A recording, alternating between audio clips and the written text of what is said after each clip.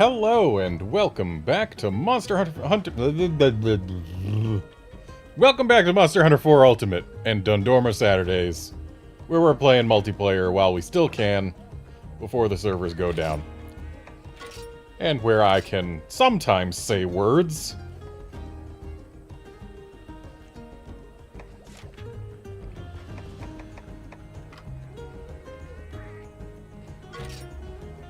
And today is February 24th.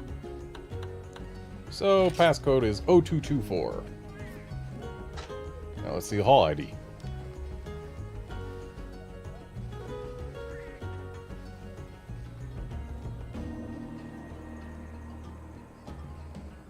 Hey Outlander, hey Jess.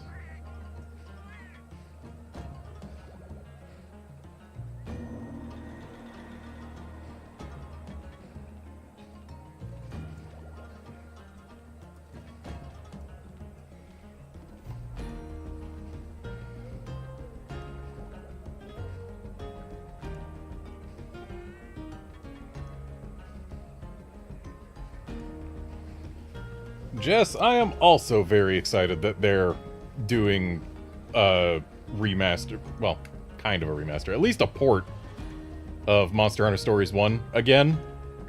I've fully played through the game in Japanese on 3DS, in English on 3DS, and in English on iOS. But I am looking forward to playing through it again in English on Steam.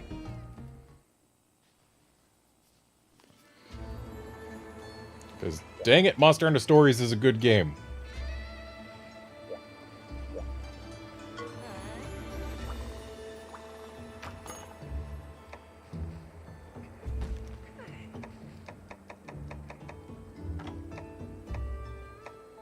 We need to do a Daren today. Just to show how it is different from Gen.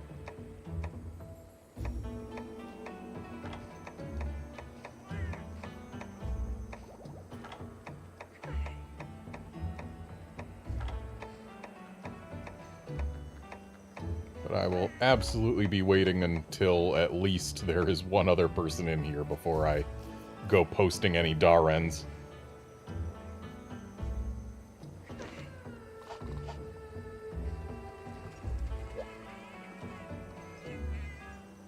Yeah, Outlander, for the most part, I tend to only really play re-releases if there's something materially different about them.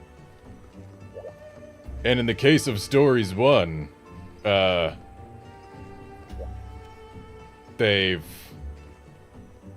made it so that it's prettier.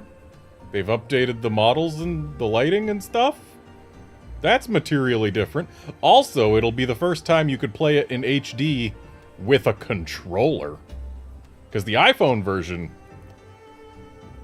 while it is rendering in HD, is an obligate touchscreen control game.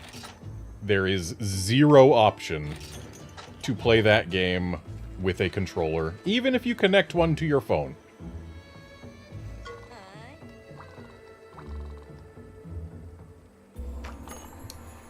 Outlander, the original version also had the voice acting in it. It was just in Monster Hunter language. The addition for the Switch/Steam/PS4 version is full English and Japanese voice acting.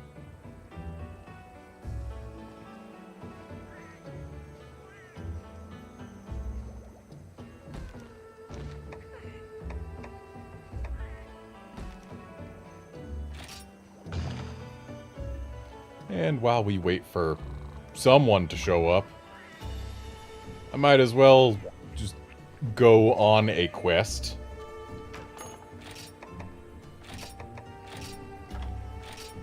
We'll give a couple more minutes before we actually depart, though.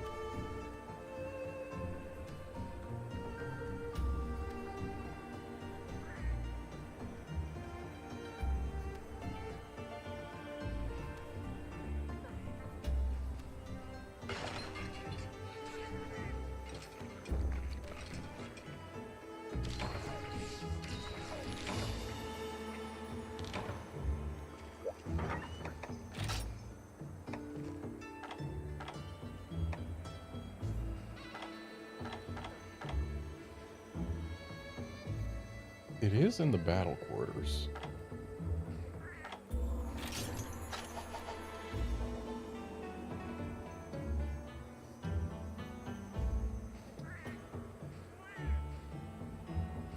Yeah, Jess, playing both Monster Hunter Stories games this summer is a great use of time. Because they're both fantastic. Stories 2 does have a few features that I kinda hope that they add into Monster Hunter Stories 1. Because, like, when it comes to the gene transfer between monsties, in Monster Hunter Stories 2, you need a monstie to donate the gene, and then you can put it wherever.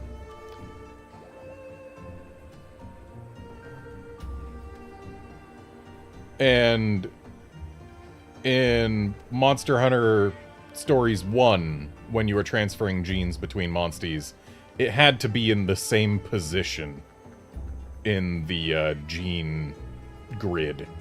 So, like, something that was in the middle right of the donor monstie could only go into the middle right slot of the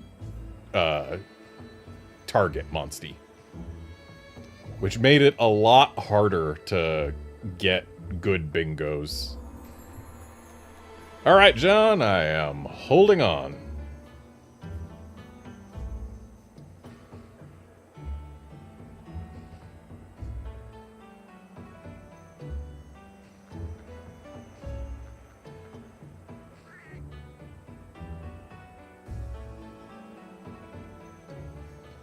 But yeah, hopefully they change how gene inheritance is done in Monster Hunter Stories 1.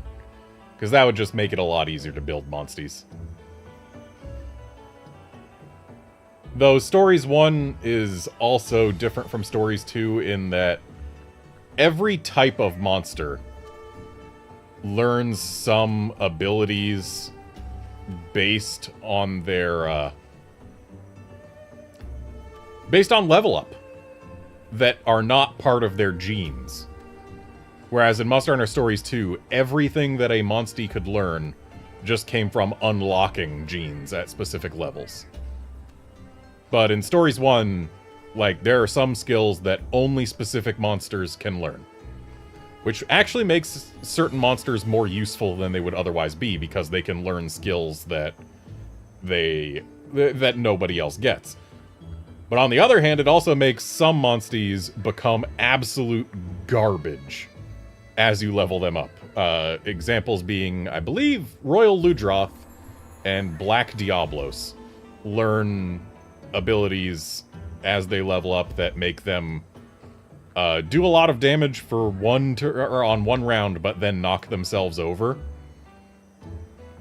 Which they only look at the damage output, and they love to prioritize the really damaging moves, which means they'll just be knocking themselves over constantly, which makes them more of a liability than anything.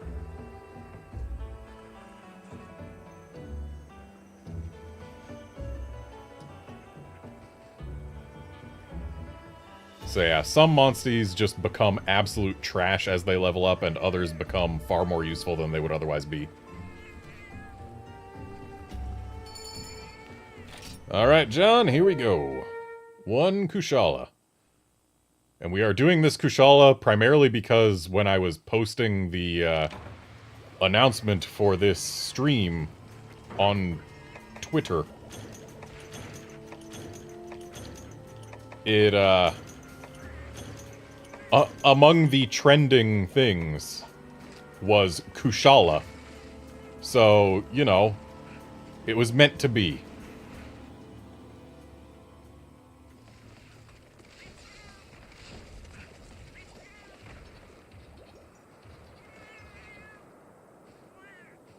Look at him just sitting there, menacingly.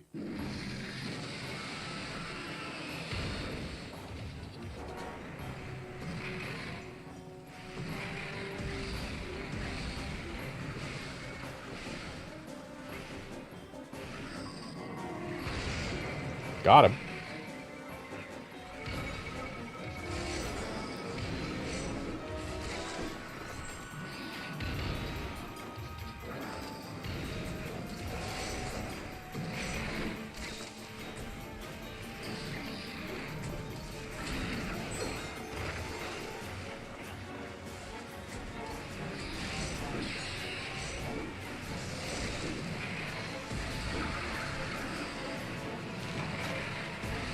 Rip. Hey, Kashal, you want to maybe land ever? At any point? Or am I going to have to go up there and get you down myself?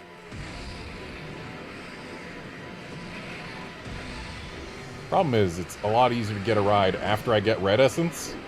The Red Essence comes from his face. And with his face so high up, it's not easy to grab.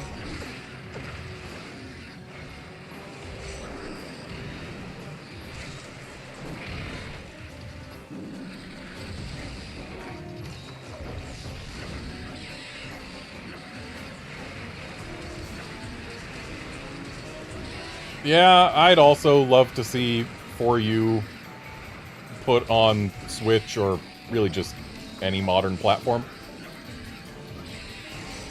But I don't know that they would. Like, it's always possible, but...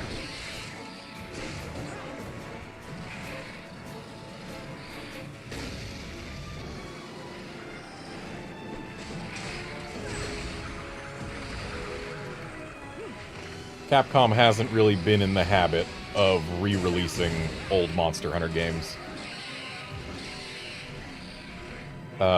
The only times they've done that I can recall are they released Monster Hunter G on the Wii in the lead up to 3U, I think.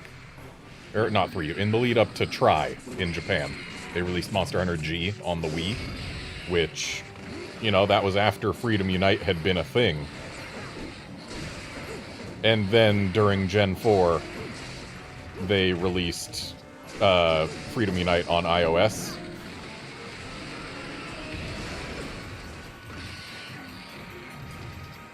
But other than that, yeah, they haven't really been doing a whole lot of re-releasing old Monster Hunter games.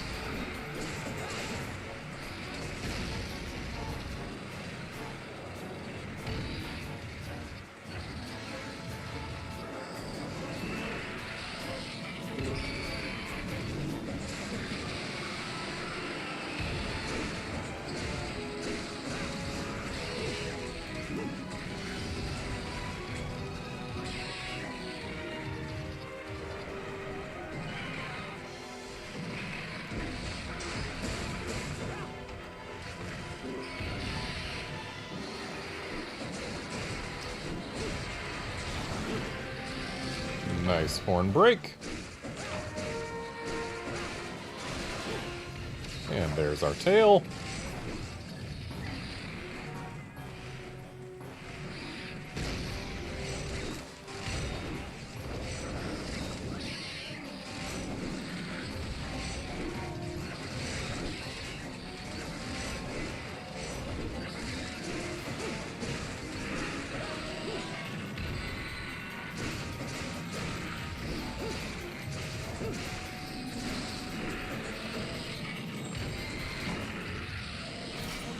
And well done.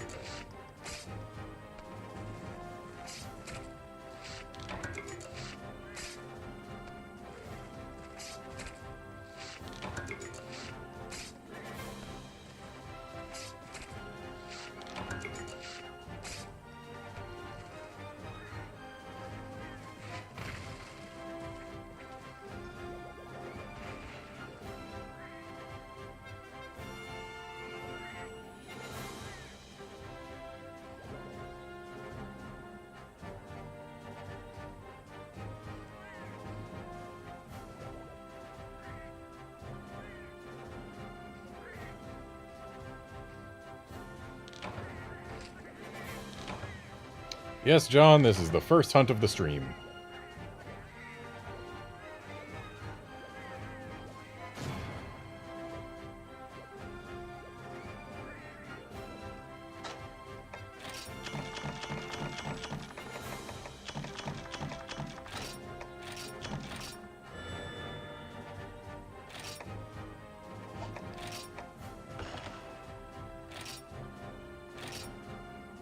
Wow, we did it in 5 minutes on the dot.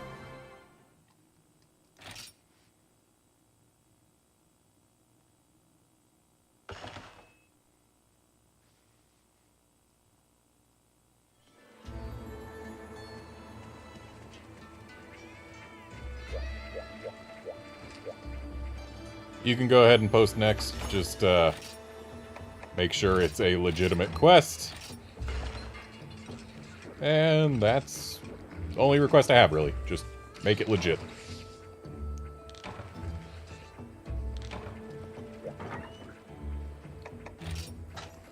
Or if there's nothing in particular that you would like to hunt, you're always welcome to pass your turn.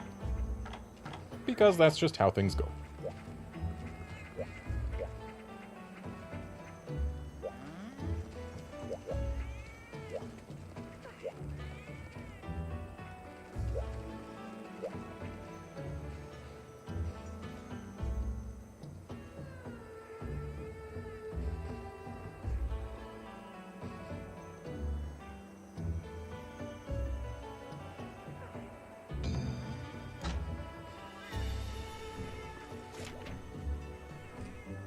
Certainly an interesting choice. Honestly, it's an interesting pairing of monsters to begin with. Gypsaros with Stygian Zenogre. What are those two doing in a quest together?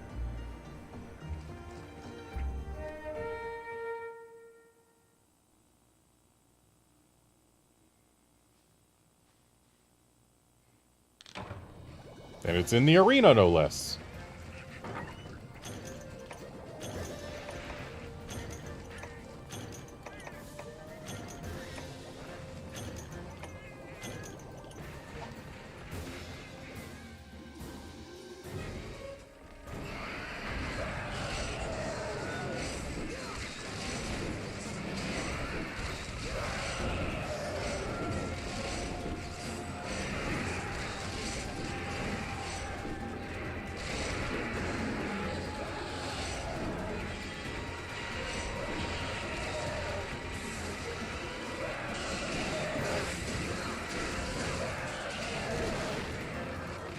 And now we don't have to worry about flashes.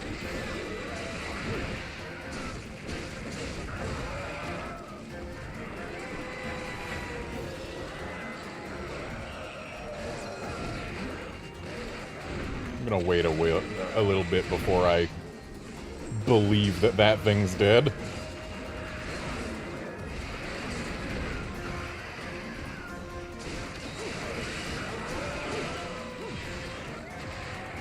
Now, it's more likely that it's dead now.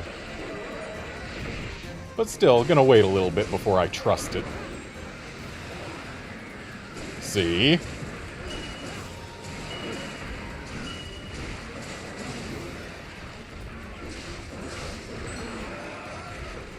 Okay, now it's really likely that it's dead, but again, gonna wait before I trust it.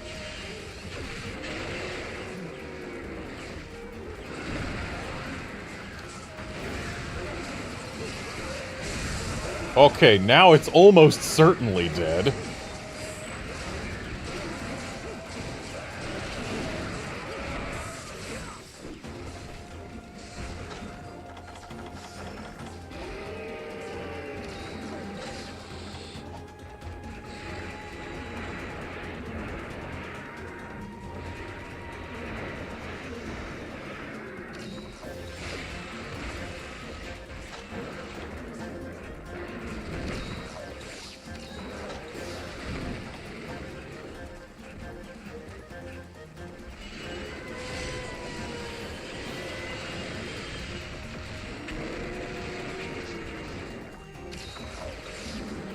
Not often you get a Gypsaros faking its death 3 times.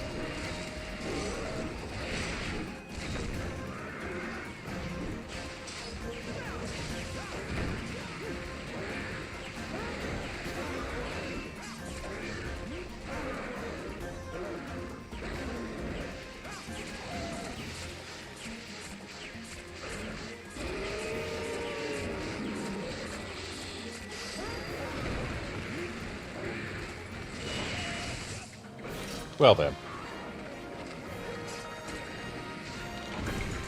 possible that was a case of mounts cannot kill a monster in this game. They can only leave them with 1 HP.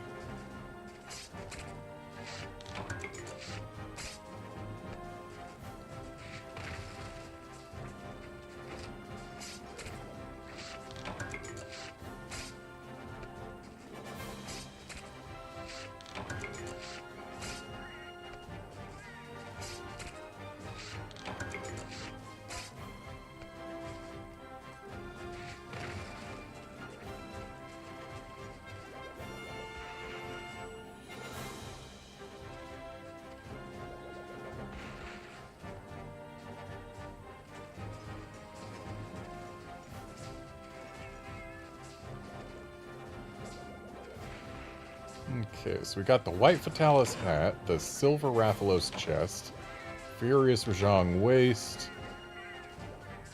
Is that a Celtus Queen gloves? And then the legs, is that Vike, I think? Not sure.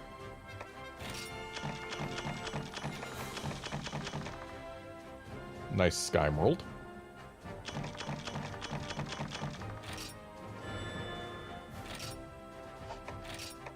Feels wrong for a Stygians and Ogre Skymerald to have the gem icon instead of the mantle icon, but I guess that's just how it goes in this game.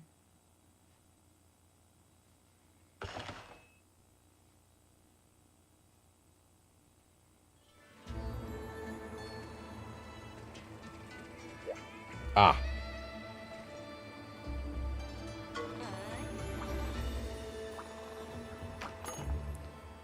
Okay, so, Darren.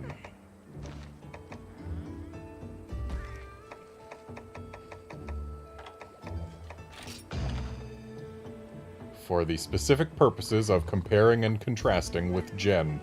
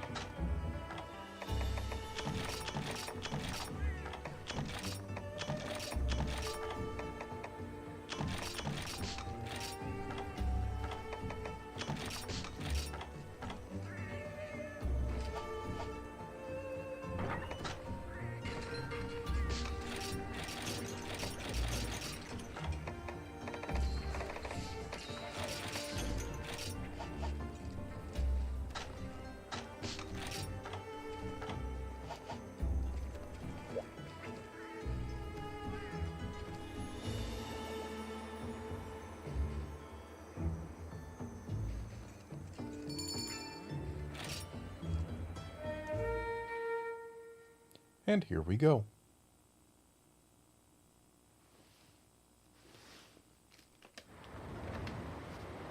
I just realized that my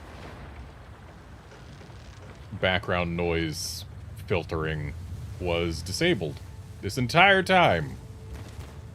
But now it's enabled. Also my compressor and equalizer, so I potentially sound better now than I did at the start of the stream.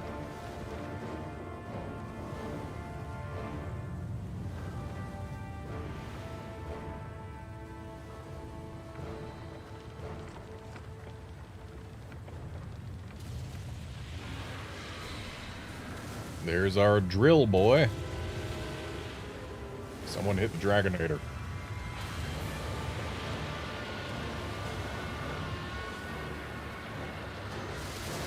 Seriously, the Moran theme is just... it's so good.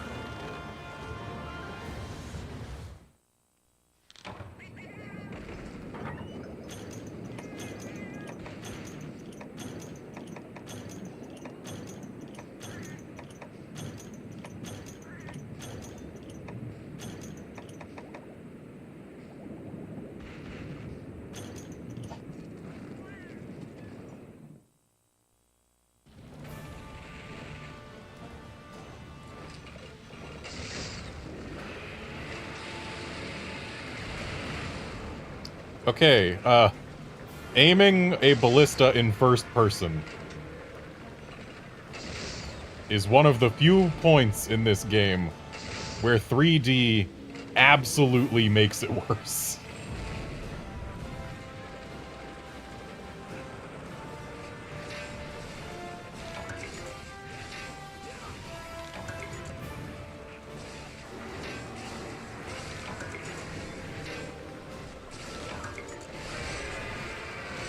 Oh, that was quick.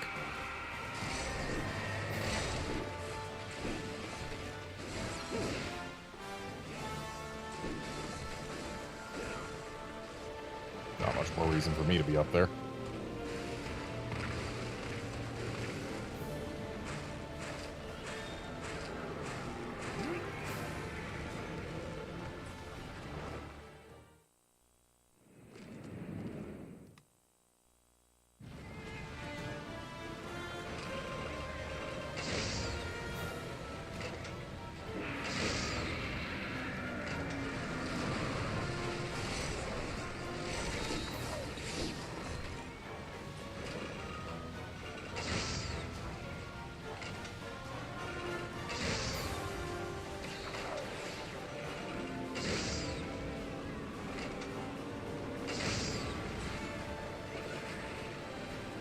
I like how John's cat just dove off the edge of the boat to do one hit to Darren's arm.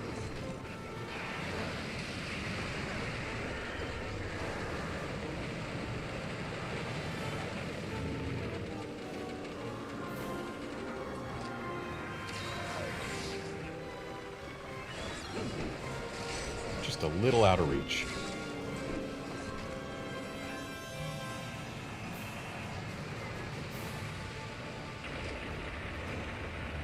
Yep. Somebody's getting ready to spike our boat. And he would be letting me up if his arm was broken already. Alright, let me up, let me up, let me up, let me up, let me up. Let me up. Put your arm where I can climb it. Yeah!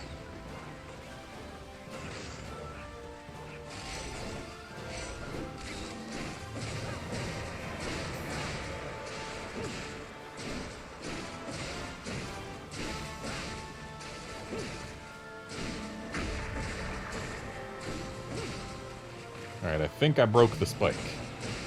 And it did not get fired. Yep.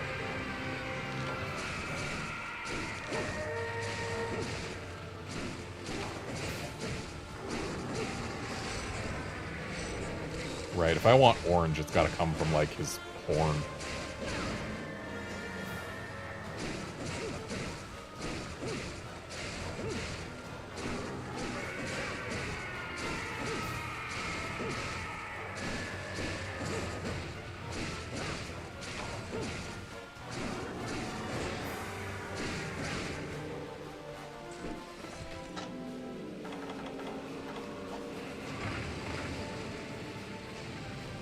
Well, that's one way to say get off me. Just go under the sand. Still weirds me out that Darren regenerates its blowhole every time it goes under the sand.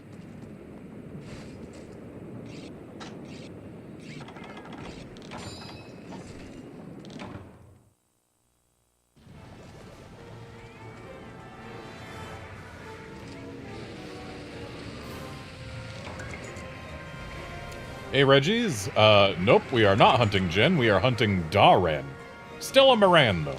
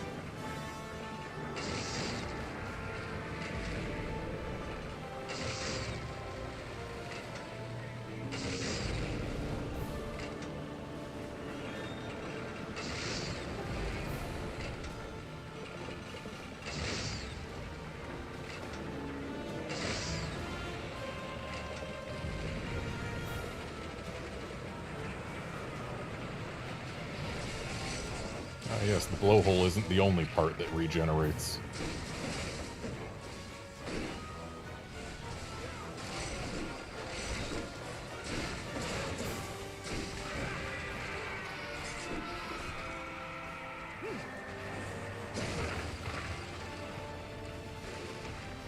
Got one last hit in on the arm on the way down. And he's getting ready to spike us.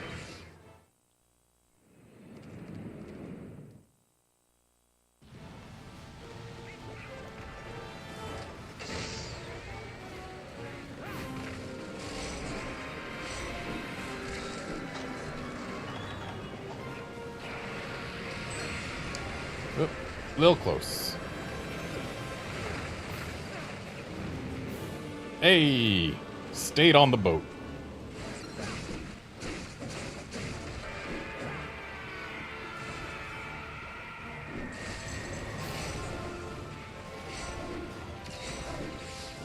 Dang, was hoping I could sneak some orange.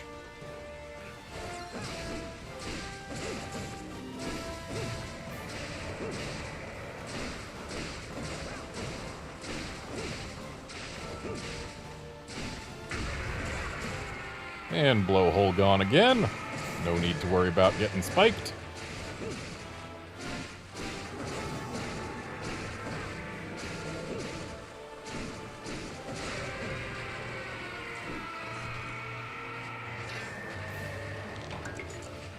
One thing I do like about Darren versus Jen, it feels like you're doing more damage to it when you break that crest. Versus when you put the holes in Jen's back. Like, even those seem like they must hurt a lot, but here, not only do we just rip a giant hole in its crest, we also expose a weak zone here. And connect parts of its back. Or at least its back and its head.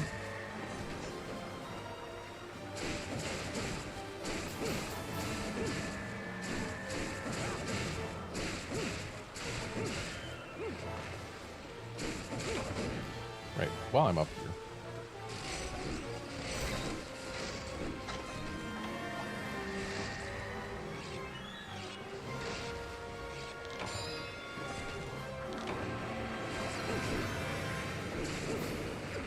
Oh, ow.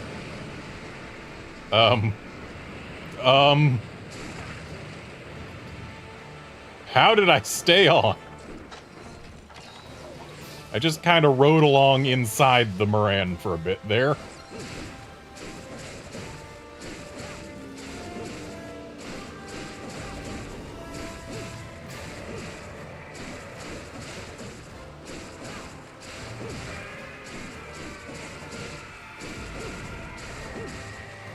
And yeah, Reggie's, as far as I'm aware, G-Rank Darren only exists in an event quest, so that's what we're doing.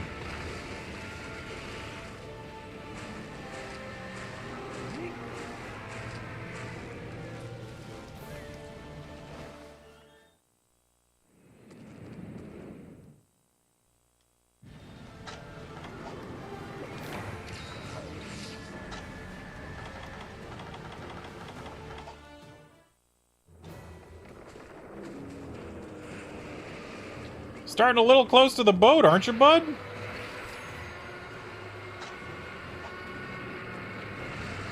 I do prefer how Jen at least has the decency to start far from the boat. Because seeing that massive thing approach from basically the horizon is actually a really cool moment.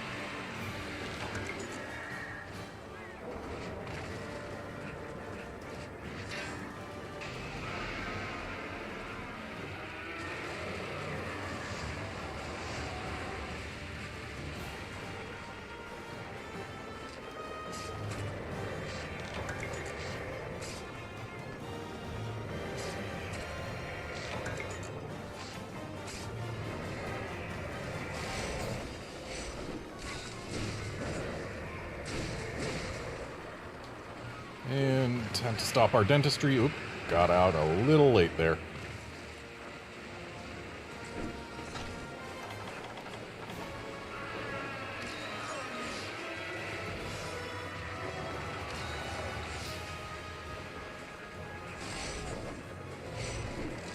Excuse me. Can I not get your face from me?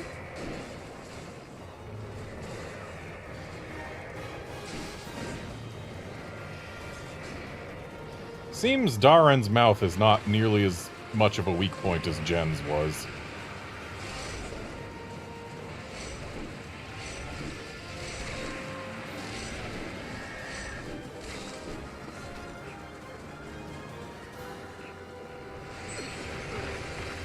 Wasn't on the right ammo anyway.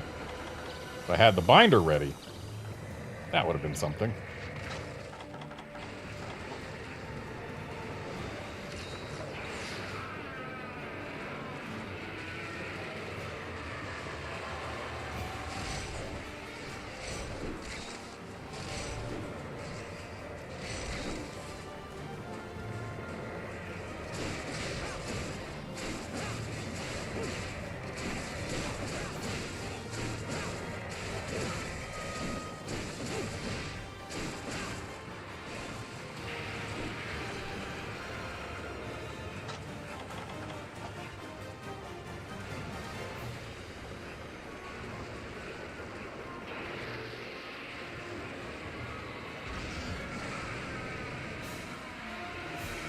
Got the Dragonator on the horn.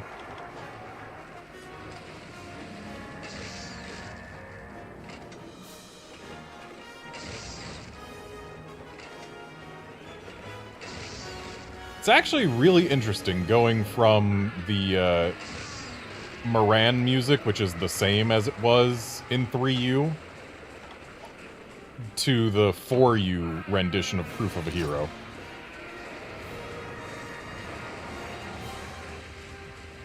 Because, like, my brain is expecting the 3U Proof of a Hero, but that's not what we get.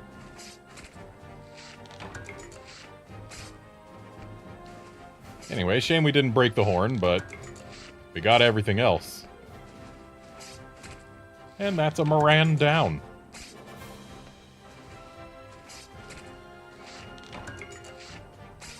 It looks like I found the spot where we can just get all our carves in one zone. So yeah, for Darren, it's right under the back of his throat. For Jen, I guess it's a little further forward.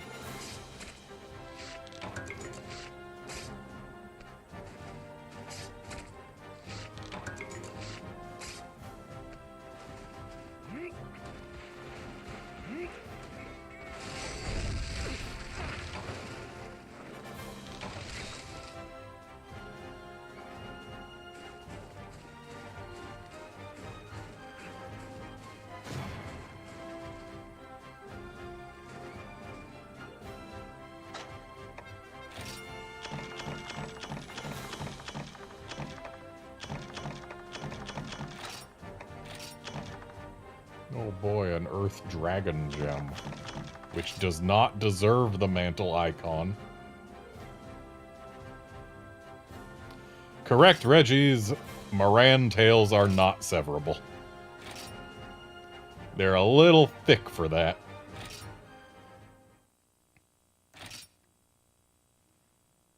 Alright, John, your turn to post. Once again, I only ask that it be a legitimate quest, preferably featuring monsters we haven't done yet today.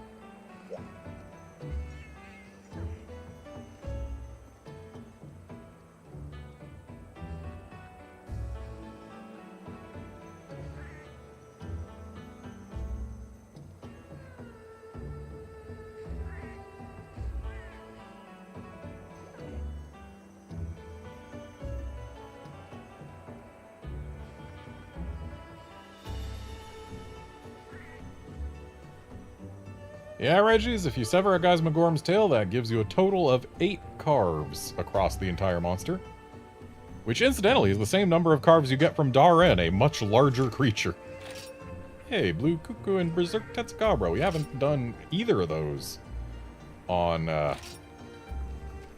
Dundorma Saturdays yet. And I believe this is a special quest where they are small.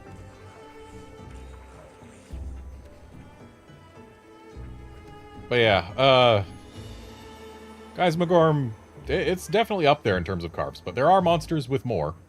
Specifically, in 4th gen and earlier, the Fatalis Trio and Dire Miralis have more carves than Guys Magorm.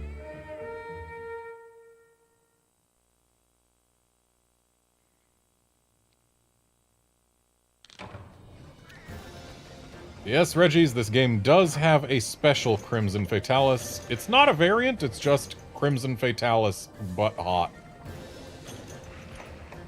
And yeah, it's only been in this game so far, the special G-rank Crimson Fatalis, and yep, there is a small frog. But apparently we gotta wait for the small bird.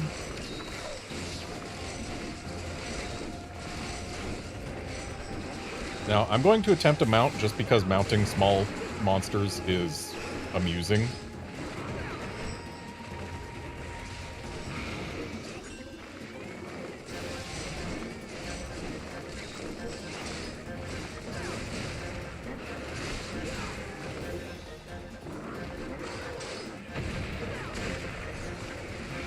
Dude just whipped out a rock bigger than he is.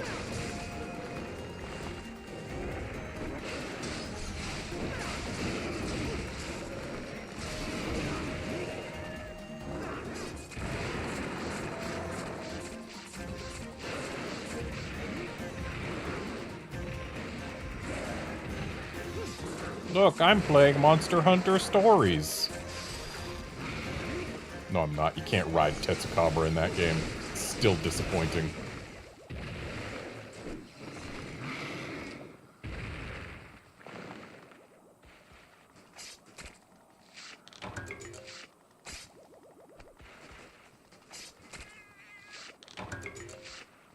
Reggie's, I'm pretty sure just every G-rank Crimson Fatalis in this game is the special one. I don't think there are any G-rank standard Crimson Fatalises in this game. It's just the G-rank Crimson Fatalis. And now we gotta wait for this frog to go away so that we can find a bird.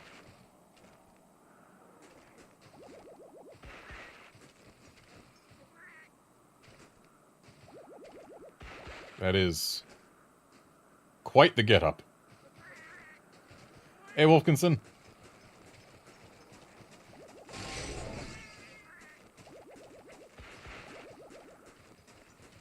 If you join the party, Wolfkinson, it'll be your post next.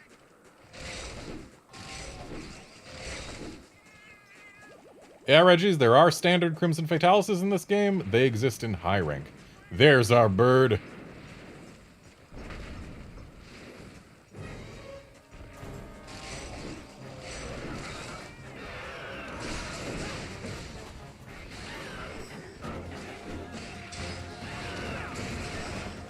It kind of saddens that cuckoo just pulled a conchu bigger than itself out of the floor.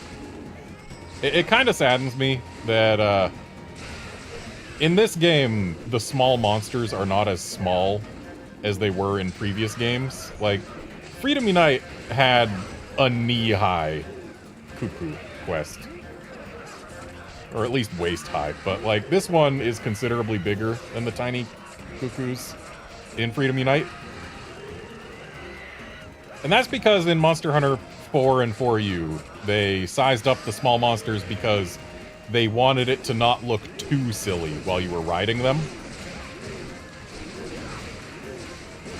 Which is kind of disappointing, because they limited fun. But, welcome to the party, Wolfkinson. Feel free to post your favorite quest. Or whichever one you feel like. But yeah, I'm glad that in World, at least with the USJ Jagras quest, they walked back the whole oh no, this monster is too small.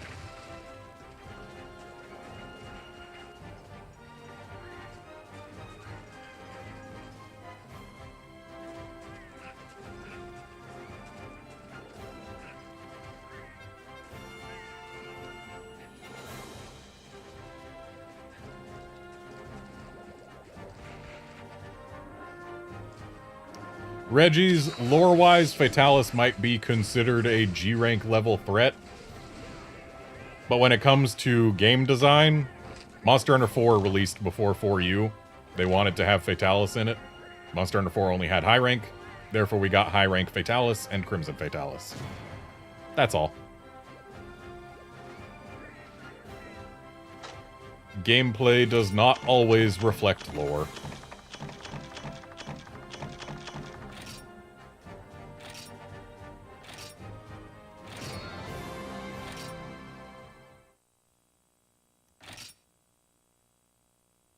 In fact, I'm pretty sure the only game that has had, or the only games that have had Fatalis where it was not fightable in high rank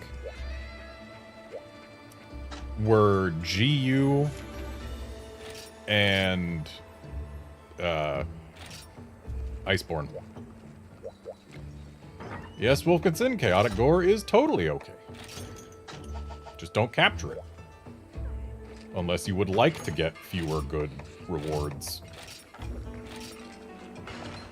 Or fewer chances at good rewards, at least. I forget, was Fatalis in Generations? I don't think it was. I think it was GU specific.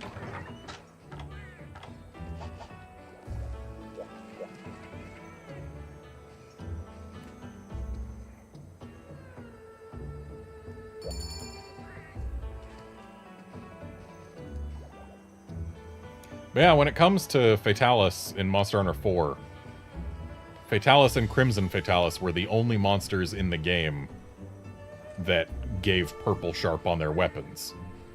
Until 4U showed up and brought G-Rank, and with it, more purple sharp.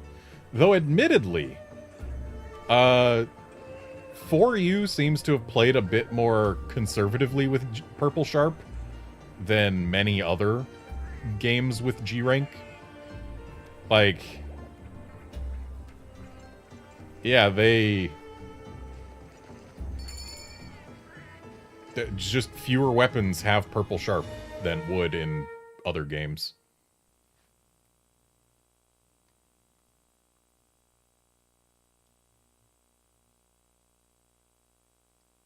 Yes, Outlander, purple sharpness in high rank. But what you have to realize is that Fatalis and Crimson Fatalis in Monster Hunter 4 were both event quest only monsters. And therefore, while you could get purple sharp in high rank, it was only pretty much at the end of the game's life cycle that the quests were even released. And thus, you basically didn't get purple sharpness in high rank.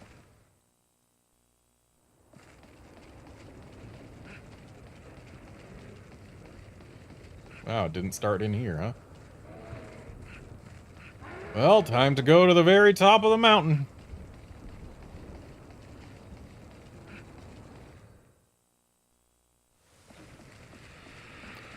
John, I 100% agree apexes in this game are annoying, but the frenzy itself is a very interesting mechanic. I still, to this day, love the fact that there are 3 types of frenzy. It would be kind of cool if it was actually random which type any given individual monster got, instead of it being species locked. Like, every Bracky, every Stygian Zinogre is going to be a speed frenzy. Every Rathalos is going to be a power frenzy. Every Rathian, I believe, is a defense frenzy. It would be nice if we had some variance on that count. But the frenzy itself being able to actually change aspects of how a monster functions instead of just changing numbers So I guess it is just changing numbers. It just changes different types of numbers than we're used to. And I really like that. It makes it more interesting to fight them. And wow, I was kind of boned there.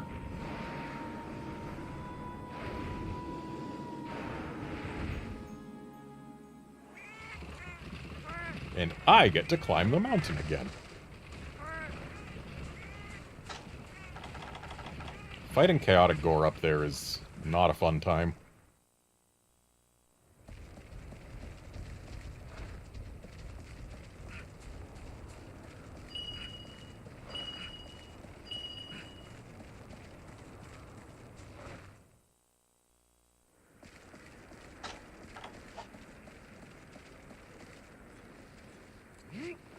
Yeah, speed frenzies especially make the monster a lot more interesting to hunt.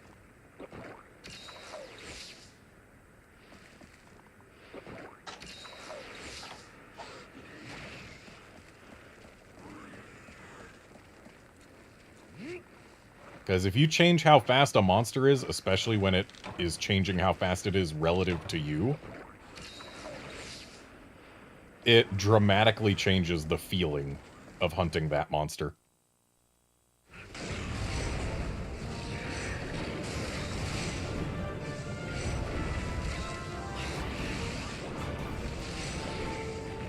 Because, like, we don't get any faster when we hunt a speed frenzy monster, but boy, do they get faster. And some of them also get better at comboing, too.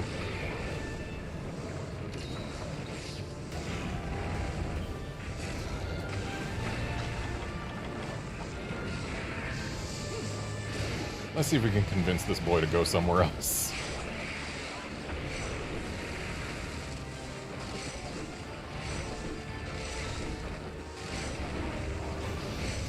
And no, we can't. He is immune to poop.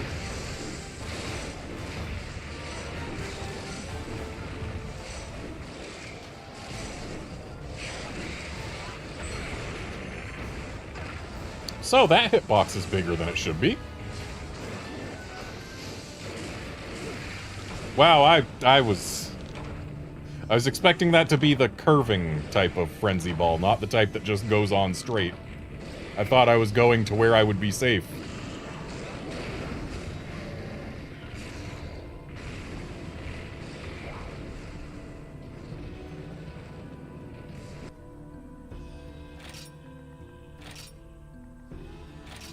No, Wolfkinson, we do not have great luck with Chaotic Gore, especially not when it starts up there. When it starts down below, where there's a lot more room to maneuver, it's much easier to deal with.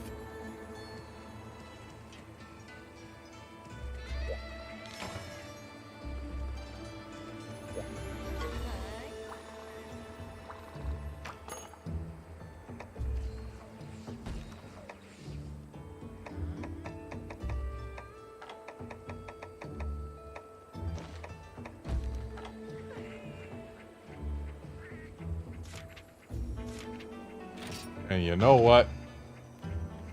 Just because Reggie's was asking about it, we're doing the G-Rank Crimson Fatalis.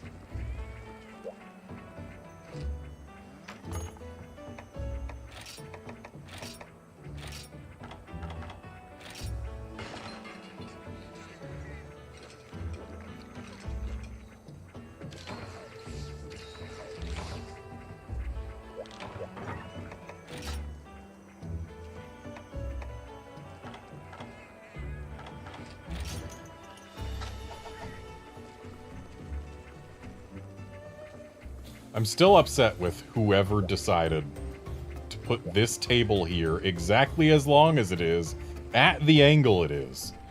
Because cats get stuck on this thing all the time. And they just keep on trying to get through, instead of digging and popping up next to their hunter.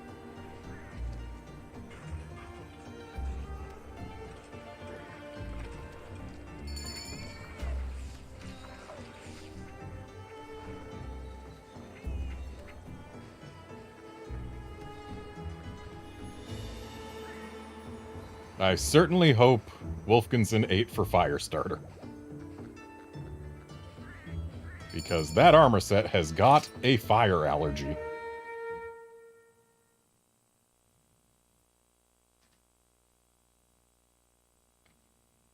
And as usual, we're going to watch the intro because, hey, it's here. This game's got really good monster intros. Certainly better than freaking GU has.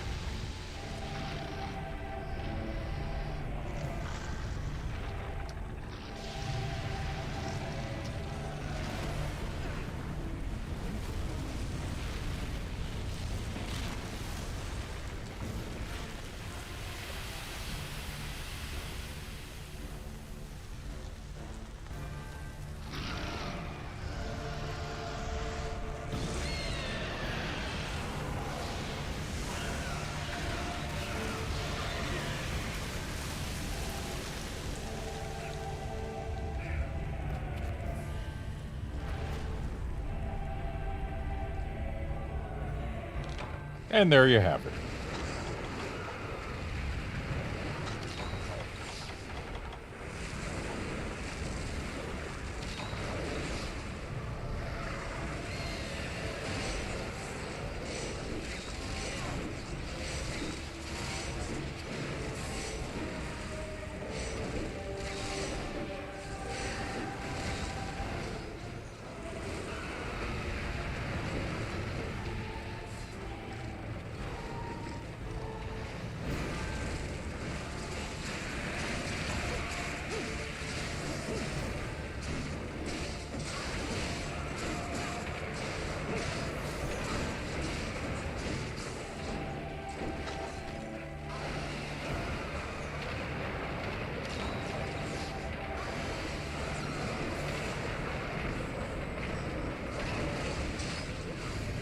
You know, I think these meteors might be like the one time in the franchise where the visual for an explosion is smaller than the explosion.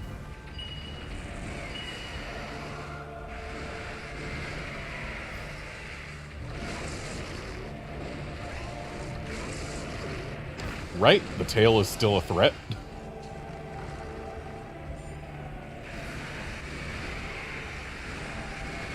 Ooh, got walled, huh?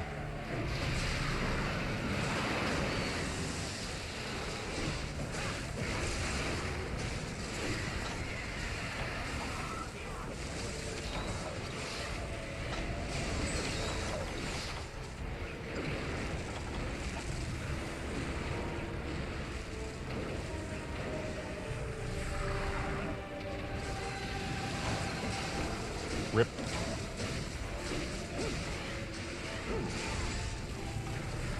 Be nice if this guy would get away from the wall.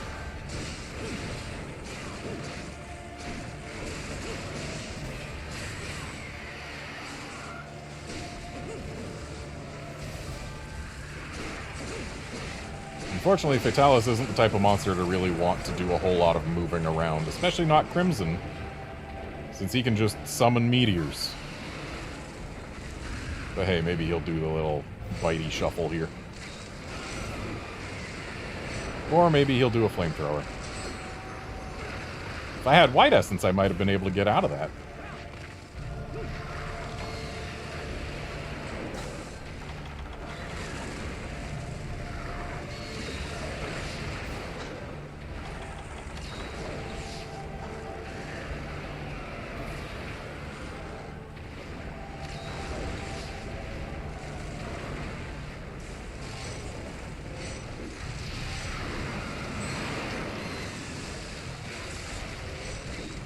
And my health's just burning away a little. Not nearly as threatening as Lunostra's heat wave, but it's still something. But hey, now he's actually far enough away from the wall to make mounting a viable thing.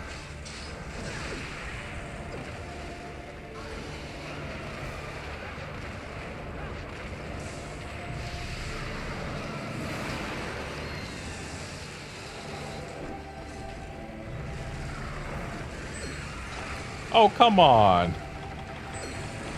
Okay, can we stop with the fire thingies?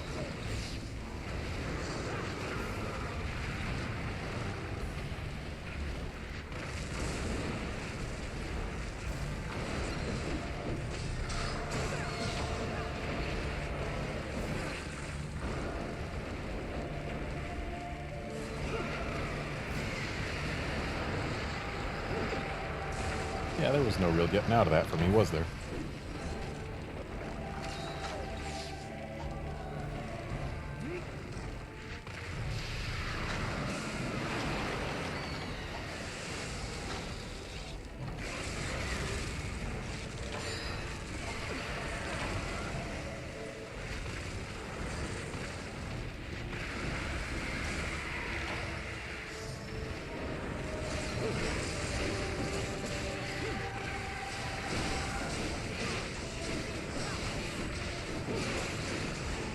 Be nice if you'd get away from this wall again.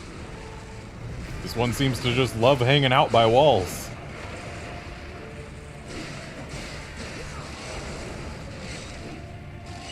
Bit of a risk, this one.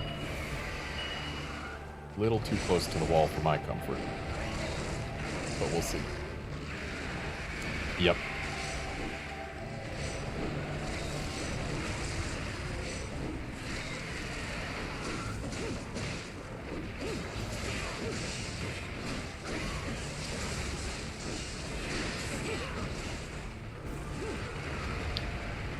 See, there! That's a good spot to mount him.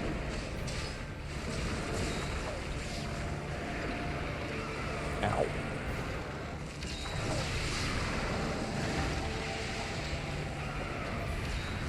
Here, not so much.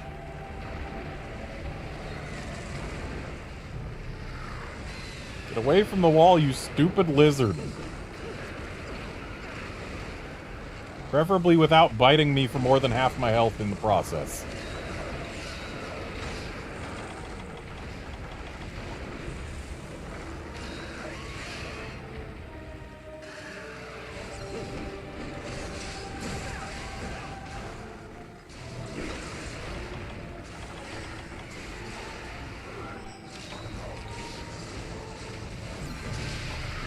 Nope, he's dead. Wow, didn't expect him to go down that fast with us basically not touching his face.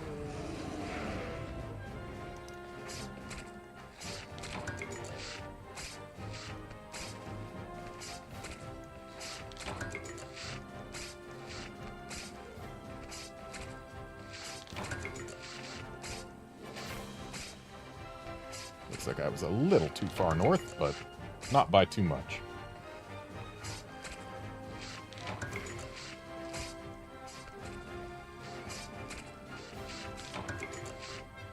And Wolfkinson is not going to get all 9 carbs.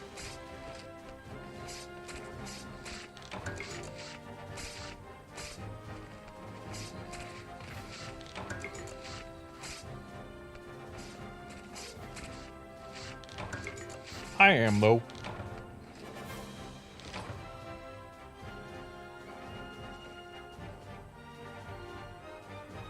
Someday, Wolfkinson, someday you'll get all 9 carves from a creature with this body plan.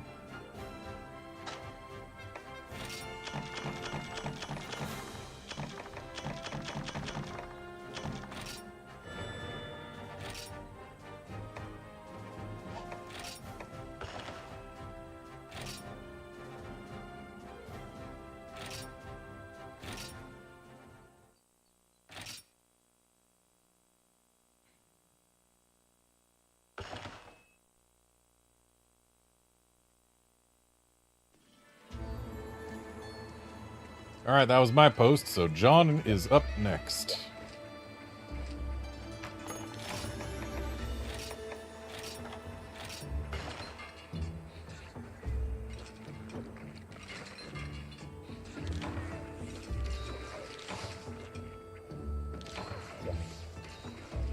rescue my cat from the table.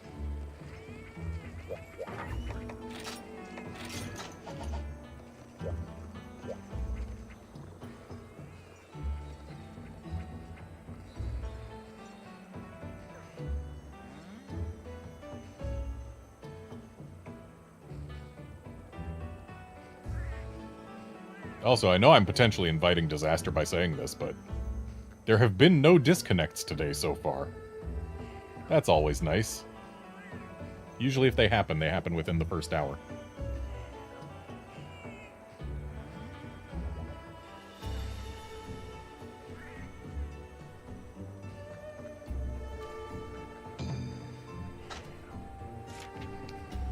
Oh, just 2 Apex Rajang, okay.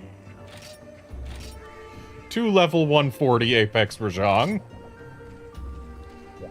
You know, just your ordinary quest.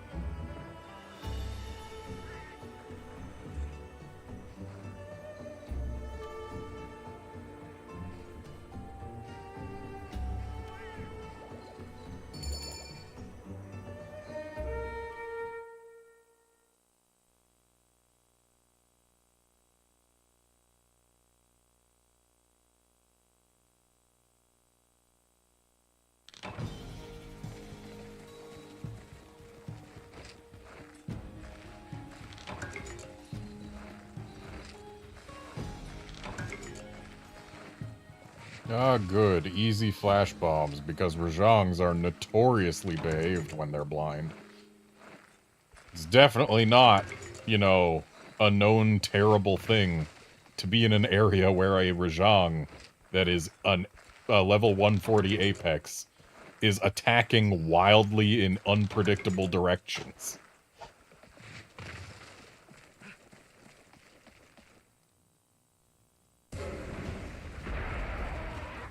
Okay, he's throwing the floor at the entrance. Always a fun thing to walk into.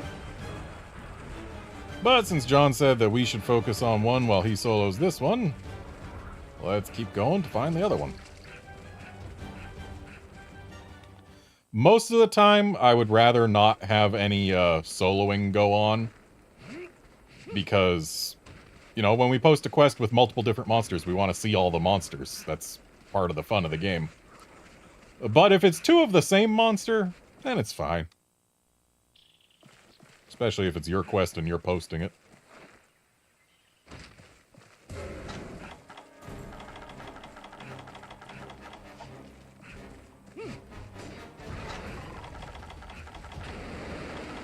I like how my paintball bounced.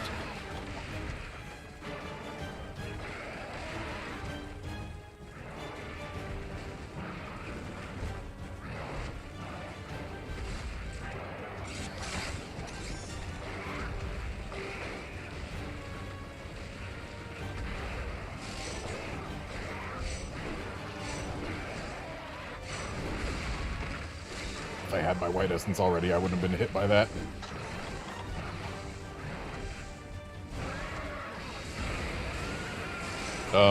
Who was over there, Rajang? Oh, it was a distraction, I see.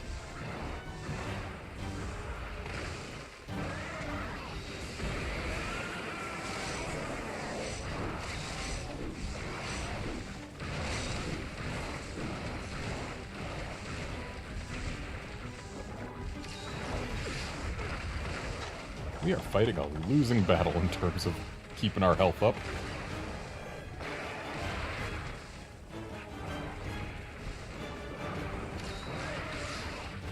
And I'm frenzied.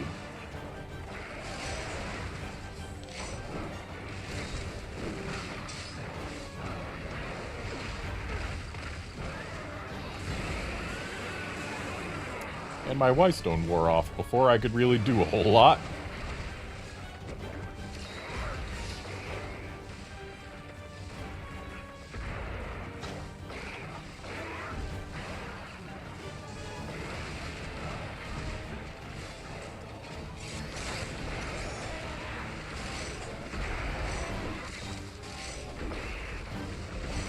This guy just does not want to give me orange.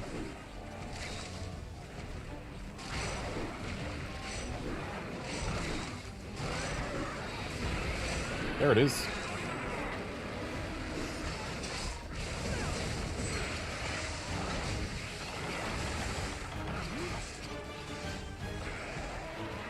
Thanks for getting me out of there.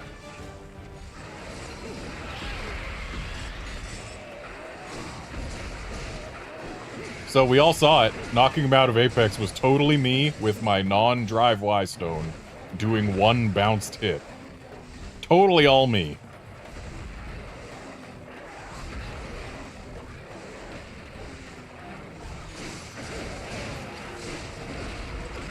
Dude can jump backwards while he's doing that move?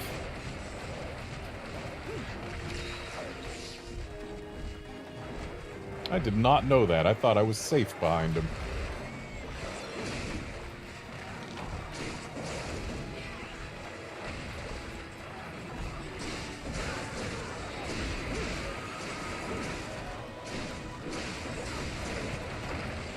Ow. Rip.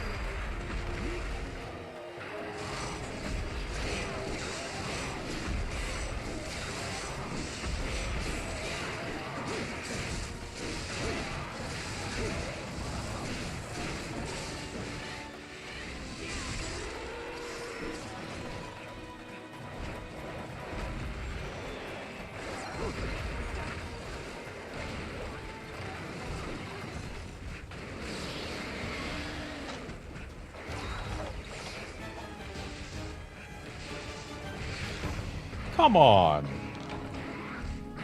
I was running full tilt perpendicular to the direction of his travel, and he still got me. Guess you really have to dodge that third one. Oh, and of course a beam to my corpse just for insult to injury. Got it.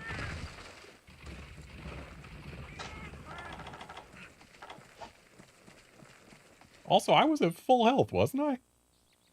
Really close to it. 140 gonna 140, though.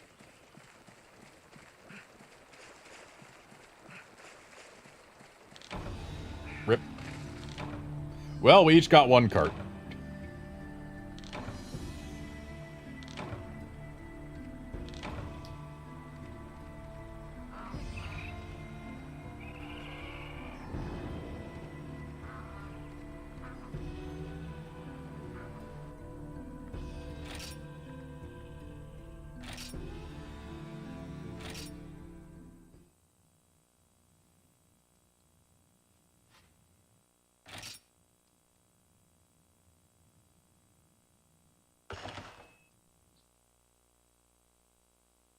Alright, Wolfkinson, your turn to post.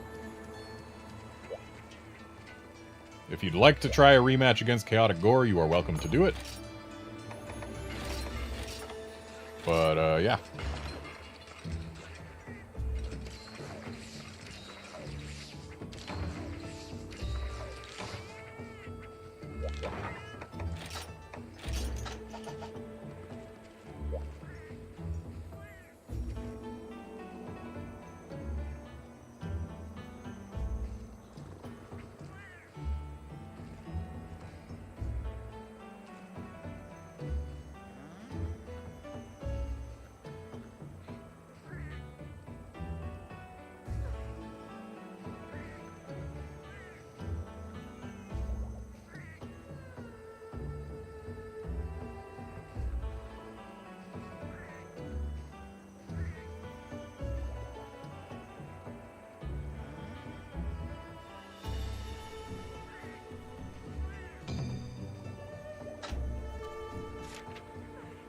Ooh, a Cantor.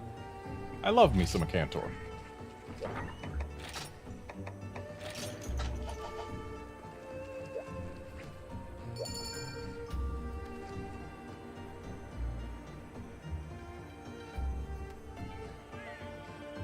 Capcom, give me rideable Acantor and Dukanlos in Monster Hunter Stories 3. I'll be a good boy, please.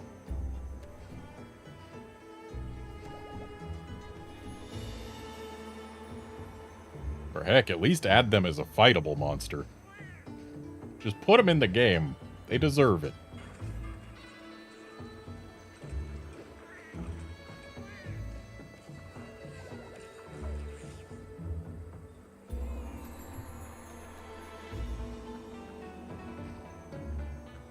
Still weirds me out that Monster Hunter Stories 2 added Tetsukabra as a monster that you could fight, but not as a rideable monstie. Because, like, they've already got Zamtrios. They have the amphibian animation set. They could have given Tetsukabra something, right?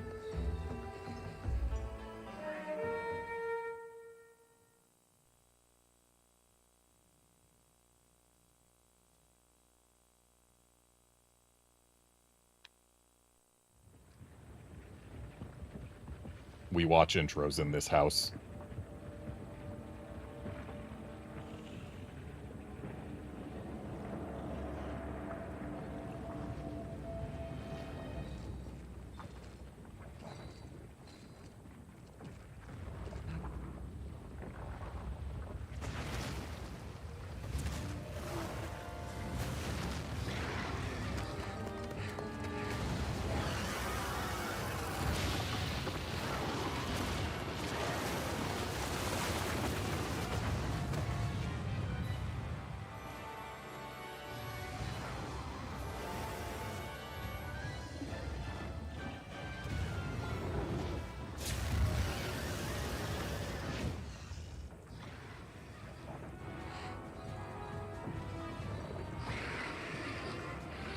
I was about to ask, wait, you didn't have this checked? We've done it on a stream before. But then I remembered that that attempt ended when his wind tunnel murdered people.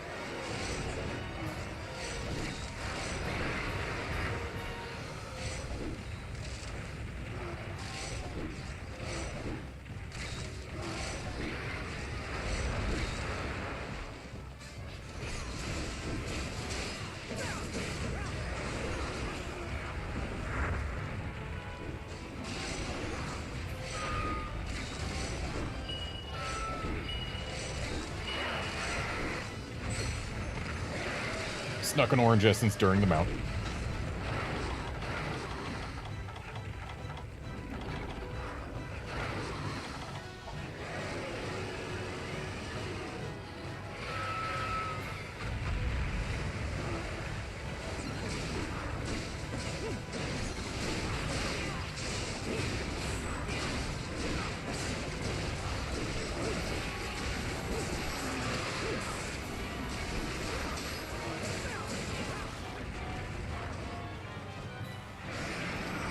Noisy boy.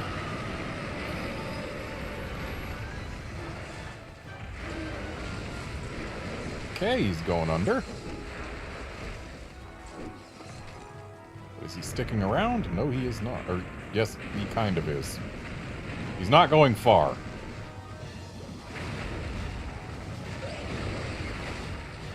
Oh wow, we already got both tusks.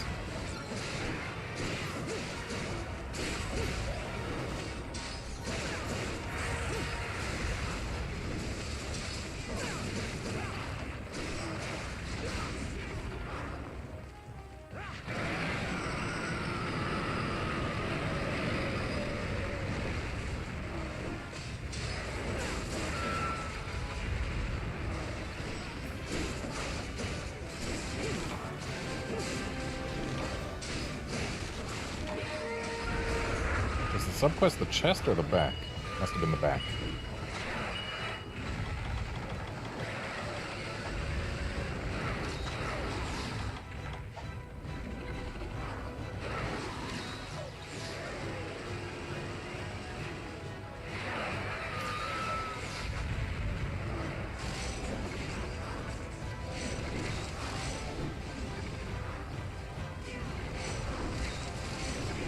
Terrible time to run out of essences.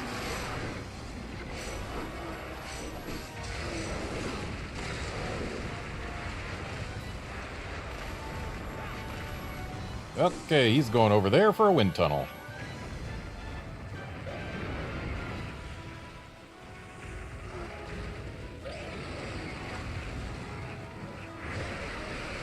Very avoidable when you see it coming from a mile away. Good flinch, good tail cut.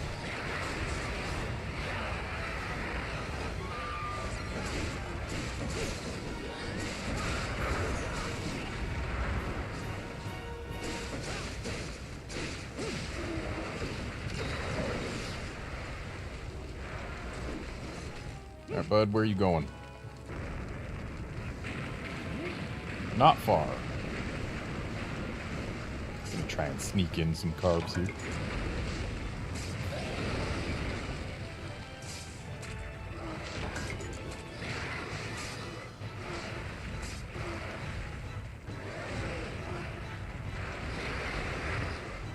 More monsters need to have tail cuts this meaty. Rise was definitely taking tail cuts the wrong direction. Like, what do you want to bet? If they put a Cantor in Rise, his tail cut would have been just one of these three like, tail claw things. Like, sure, they might have had it be the whole big tail chunk, like with Geismagorm, but, like, with how many tail cuts they made smaller in Rise, or at least, with how small the tail cuts tended to be, it would not have surprised me if, had they put a Cantor in Sunbreak, they just made us cut off one of the tail claws.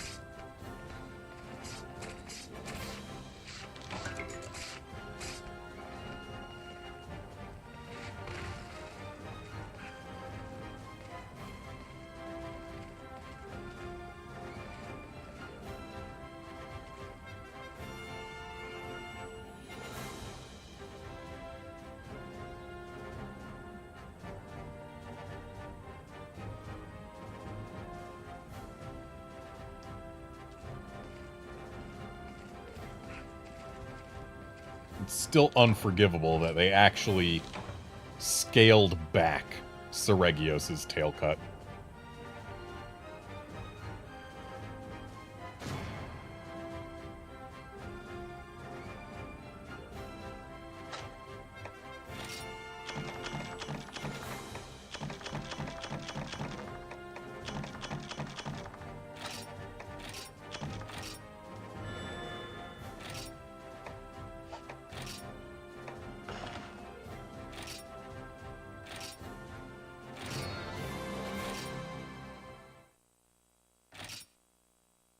And you know what? I hope we're not tired of Ingle Isle yet.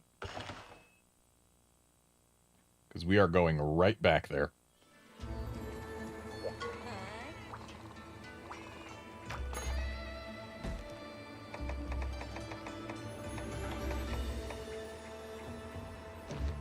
Okay, I kind of assumed that I'd have the quest available.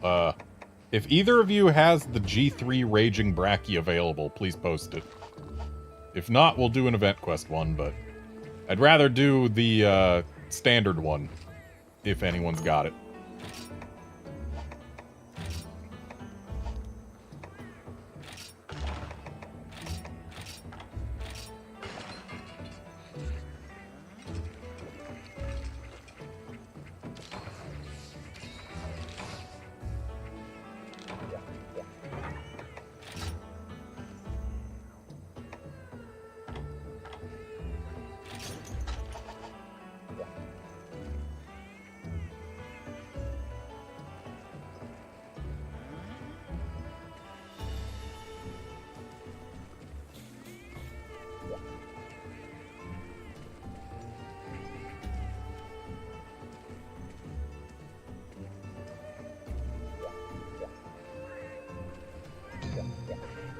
Hey, we got it.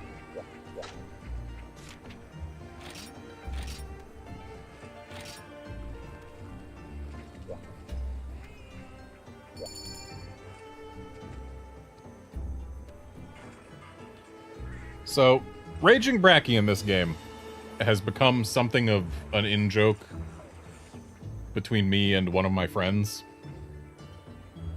Specifically Max, also known as Decembert.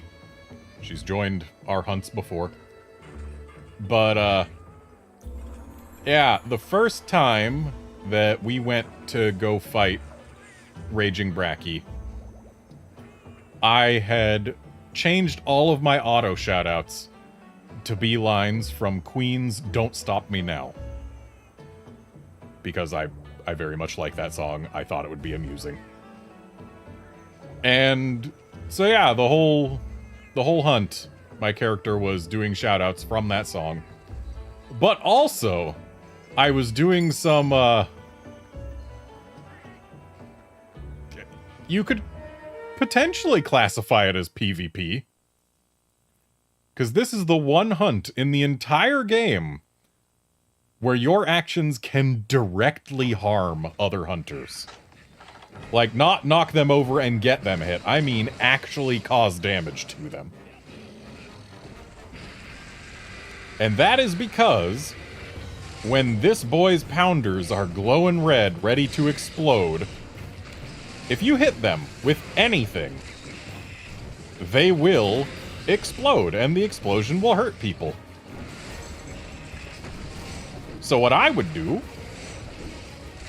is, if I was feeling particularly cheeky, I would intentionally use this pellet right here to cause explosions. Trigger them from a certain distance while your friends are nearby, and you can cause them to explode.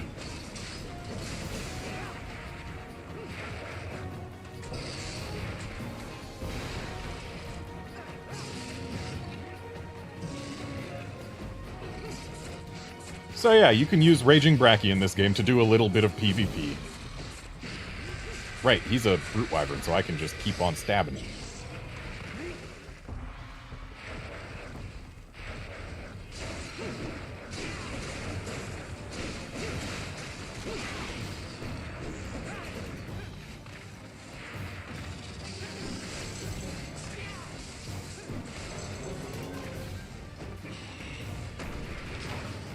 Rip.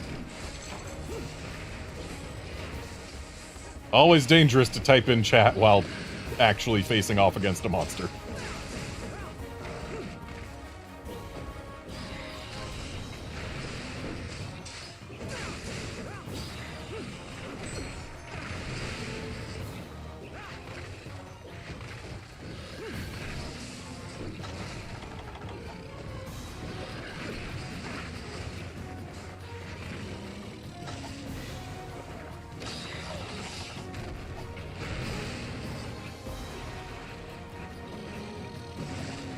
Yeah, you'll note Raging Bracky in this game is much less threatening than he is in Iceborne.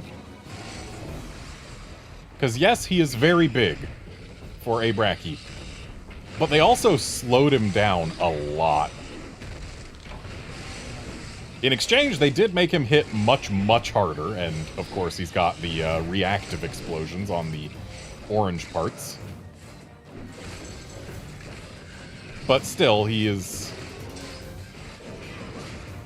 It's a much more leisurely fight than standard Bracky, especially Frenzied Bracky. And yeah, compared to Iceborne Raging Bracky, he is very slow.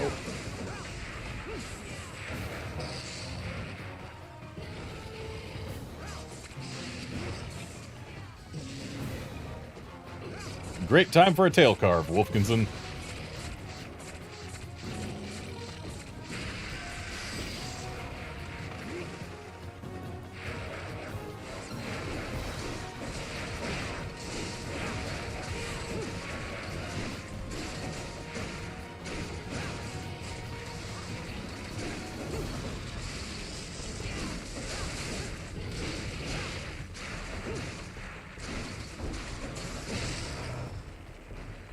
Also, unlike the Iceborne Raging Bracky, this one doesn't have slime, like, dripping off his arms at any point.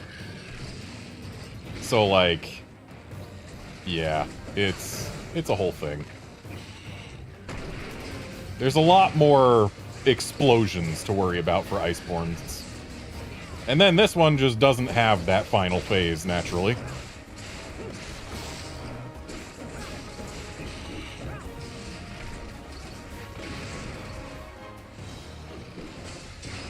Unfortunately, that also means it doesn't have its own exclusive theme.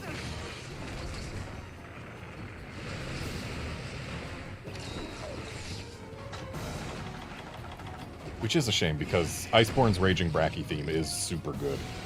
I love it.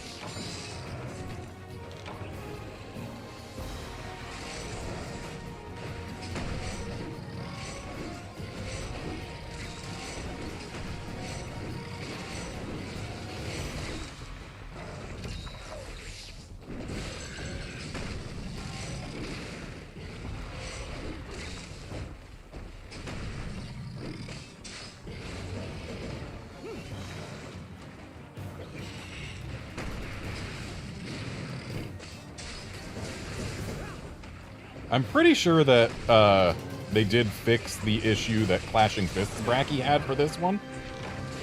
Clashing Fists Bracky was especially gold large. Rip. Like, it was larger than standard gold large. And as a result, some of its attacks had, they had issues with their tracking. Because they basically tracked based on, like, average Bracky size. So Clashing Fists Bracky, when he did the pounce attack, where he's, you know, he jumps at you to try and land on you with both fists.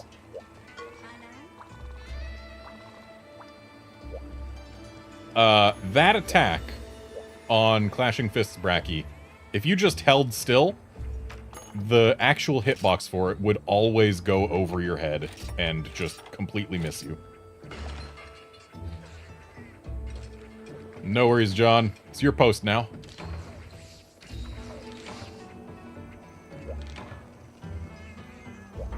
But I'm pretty sure Raging Bracky in this game, despite his large size, does not suffer those tracking issues that Clashing Fists Bracky had.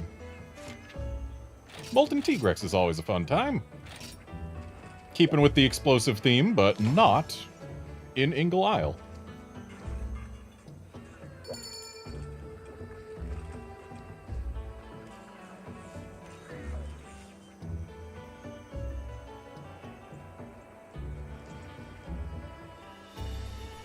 And yeah, Outlander, the Raging Bracky and Furious Rajang patch was great, and it was a very good time in the game.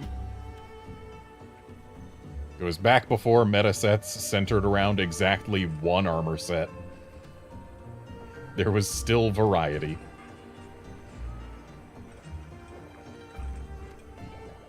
I actually still use my Raging Bracky axe in that game for most things. despite the fact that the Safi Blast Axe is technically better. Mainly because the Raging Bracky Axe has more slots, which lets me fit in a couple more skills that I like. I don't know if it's better overall, but it feels better. And when playing a video game, you want it to feel fun and pleasant. Well, some video games you don't want to feel pleasant, but that's neither here nor there.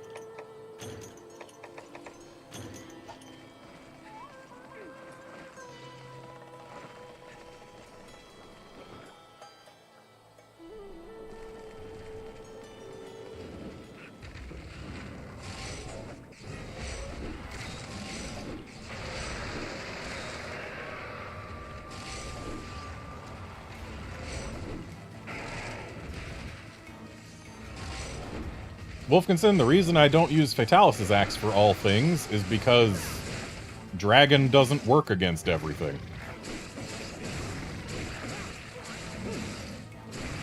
Fatalis' armor, though, like, the game wants you to use that for everything. It is designed to be used for everything.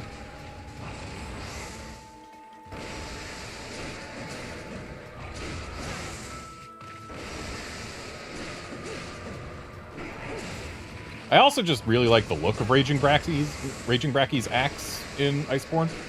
It's a handsome weapon. Especially when you're playing in 4K, so you get to see all the little details. Look at this big boy getting his teeth stuck.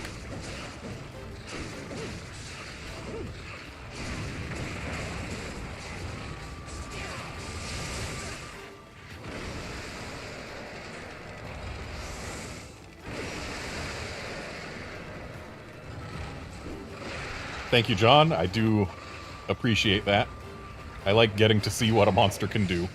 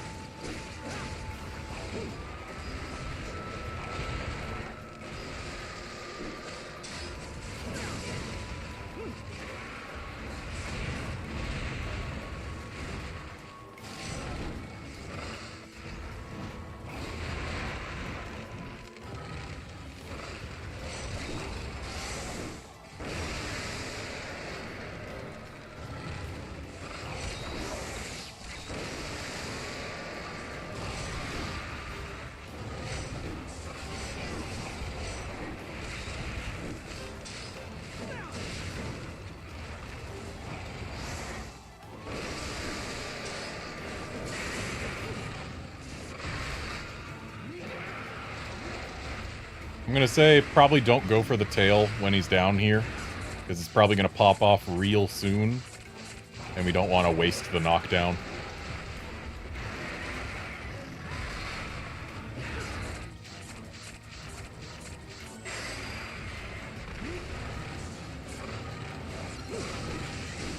Meanwhile, this face here is a face, and it's here. Yep, there it goes. But at least it was towards the end of the knockdown. So it looks like left arm here was the only thing unbroken. Now it is broken.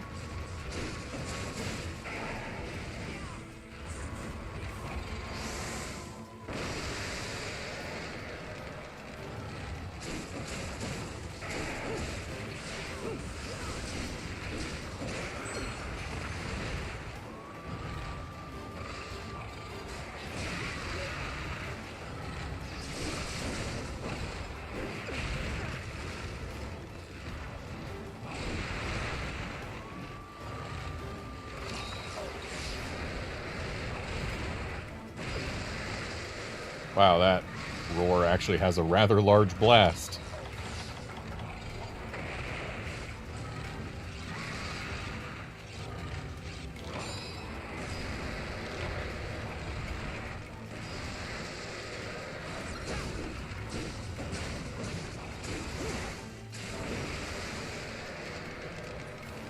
Wow, that blast cloud went right through me without inflicting blast.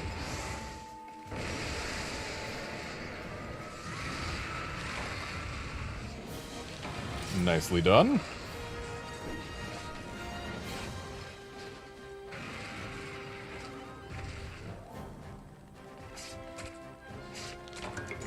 And Wolfkinson gets next post. John, you are about to explode.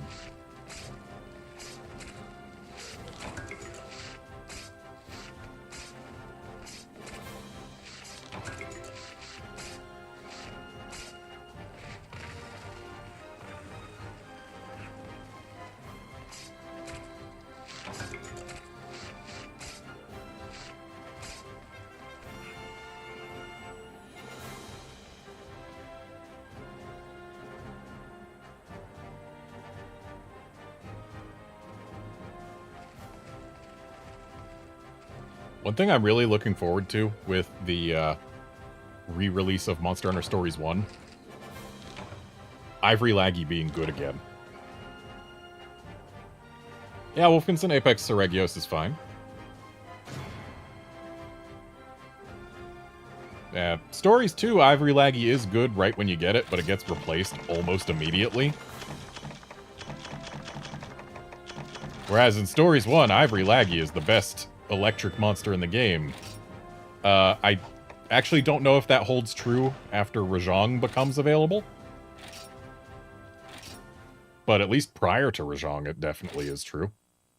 And this will be the first time that we've ever had Rajang in an English release of Stories 1, so I guess we'll find out, but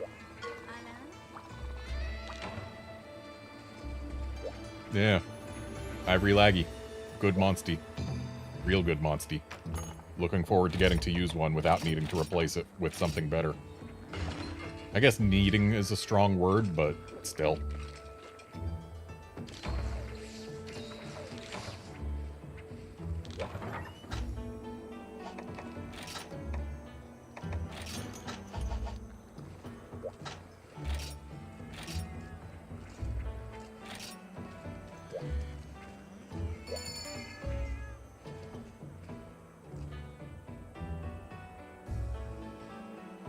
I like when I get to use my favorite monster, is the thing I'm trying to get at here.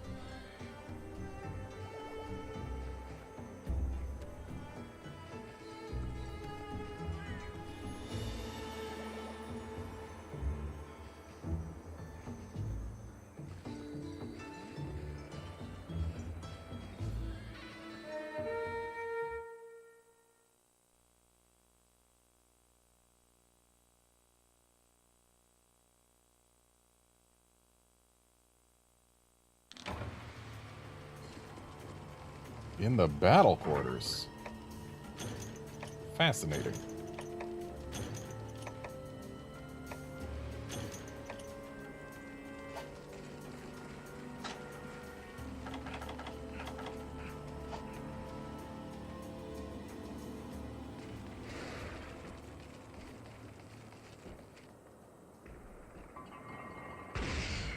Dang it, I thought he was close enough.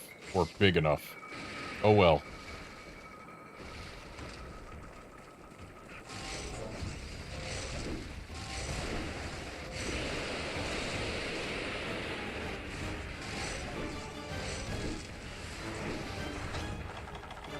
Yeah, I've never actually played the DLC, or, well, the post-game patches for Stories 1, despite having had a Japanese copy on 3DS. I just never bothered. So I am excited to actually get to experience that stuff for the first time. So hey, that's the material difference that is why I will be replaying it on stream. Yup, that's it. Yup, definitely was planning to do it for exactly that reason all along. It definitely wasn't just for no reason or just because I had a whim. Definitely not. Why would you even get that idea? But, yeah, I'm interested to experience the added content. Seragios, where is your orange? I mean, I know, like, the back.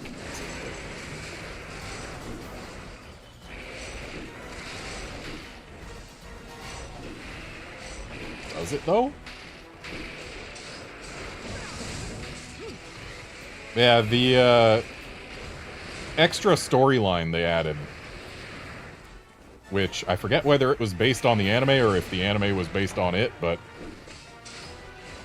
the Monster Hunter Stories anime wasn't fantastic.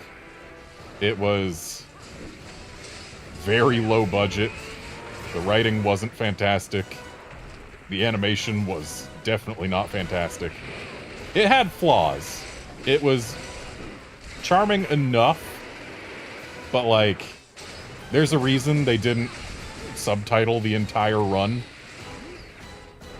And it's just because it wasn't great. It was bland. But anyway, there was an extra storyline featuring, I think they were the Dark Riders or something to that effect. A bunch of evil monster riders who did evil things.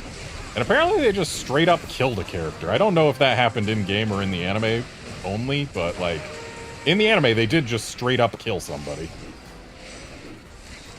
Which, for an anime aimed at such a young target audience, murder is not usually a thing they cover. And yes, the Dragon's Dogma anime was worse. It was terrible. The Dragon's Dogma anime didn't understand Dragon's Dogma, or storytelling, or really anything. It was bad.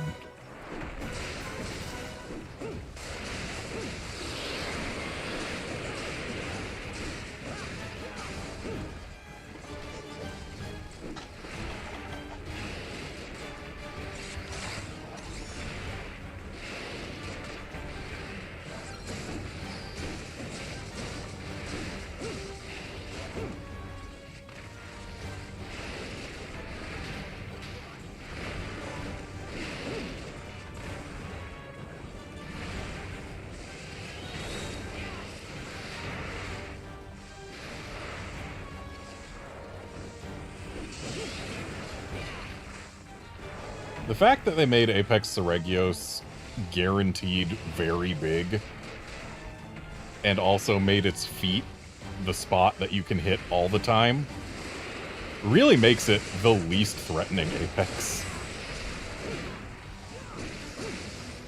Because, like, it's actually a fairly large hit zone that you have constant access to.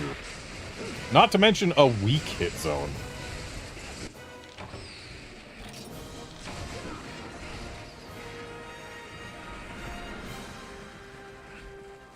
For reals, though, Capcom, this is what a Seragios tail cut should be. Not just the left spike. The entire thing. All of this. This is the Seragios tail cut.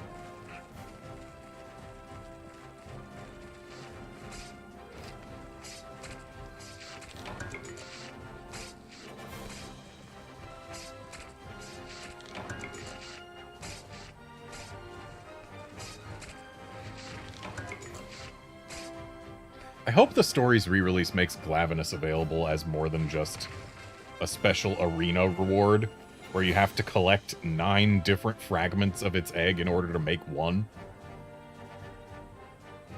If they make Glavenus actually regularly available, it would be very nice, because without Glavenus, the only access in the entire game to a technique-based attack that you can put on whatever monster you want is Seragios in post-game.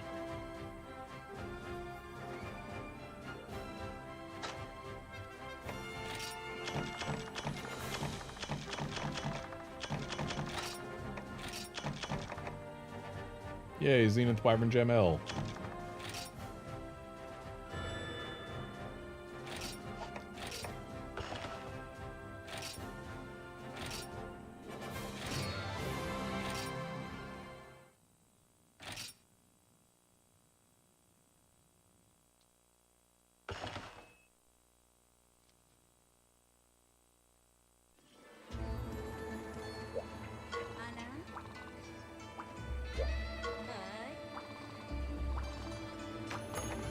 Who are they saying is approaching? Oh, there's a Chameleus in the battle quarters. How can they even tell?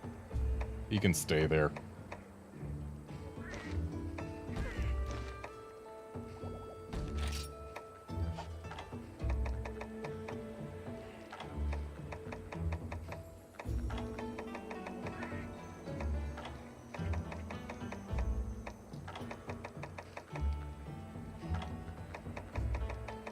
Why is there no Ukonlos event quest? We've got a Cantor. Where Ukonlos?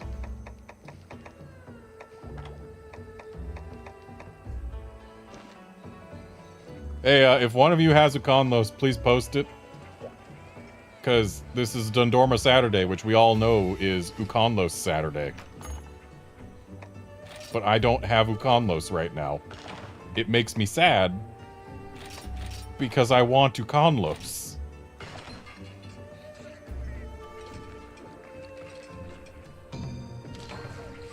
Yay, there's an Ukonlos.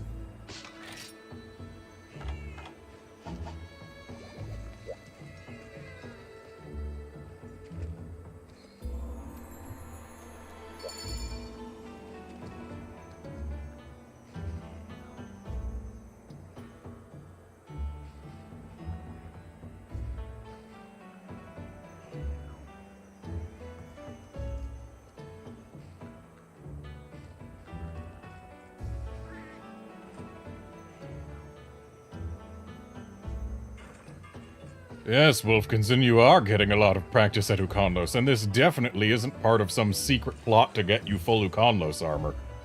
No, it's because I like Ukonlos. If you get the armor, that's fine. But I really like Ukonlos. Aesthetically, my favorite monster in this game. And fight-wise, it's also really fun.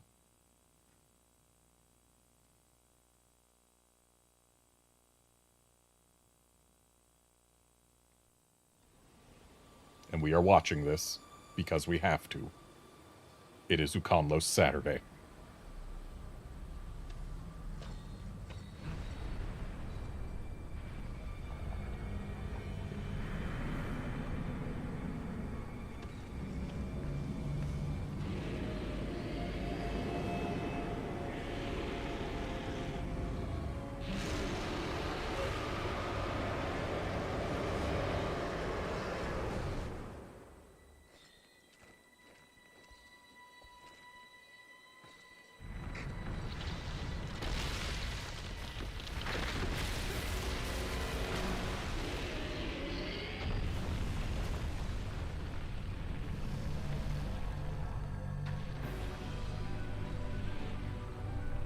Such a gorgeous monster. And the way they even added, like, tinges of green on its back, love it. It's not just pure white. Keeps it interesting. And it's coming for me.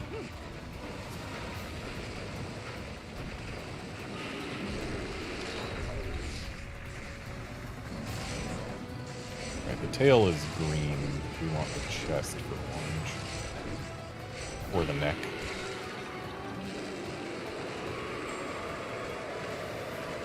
Yeah, if they didn't want me to hunt Ukonlos so much, they shouldn't have given it such a good aesthetic and theme.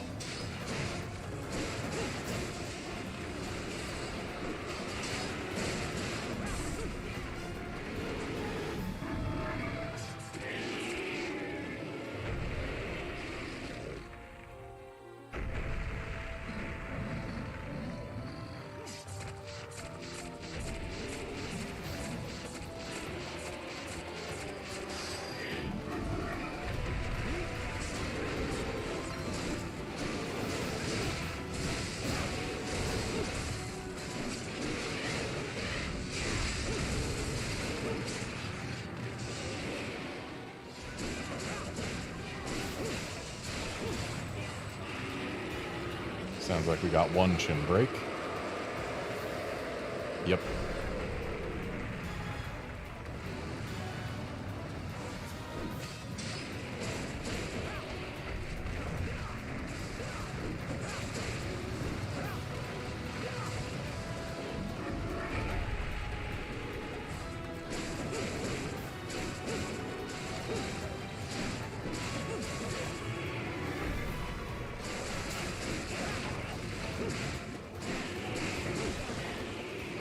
And the tail is ours.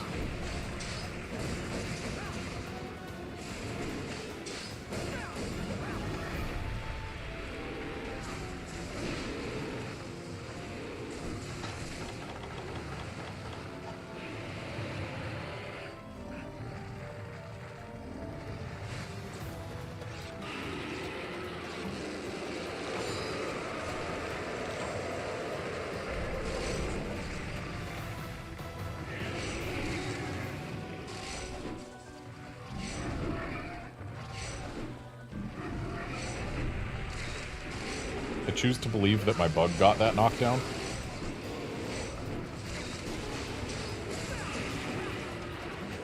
Ooh, looks like we got the chest break already.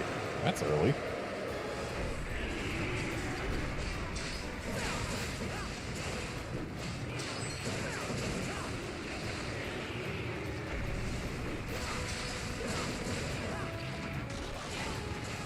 Sounds like we just got the back. Yep.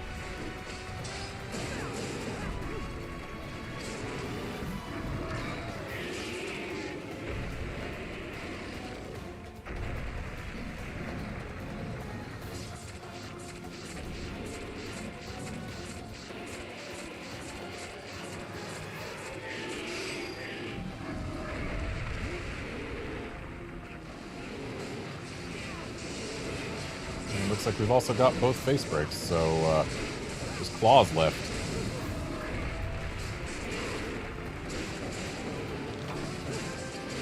There goes one, which is all we need, because there's no extra reward for breaking the other.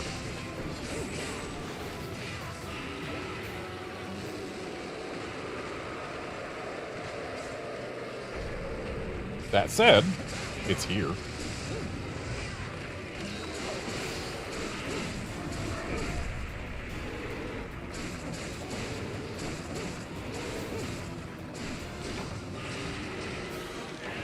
Poor Conlos didn't get to do much, but we still got to listen to its theme, and it's not like it was just rolling over and dying.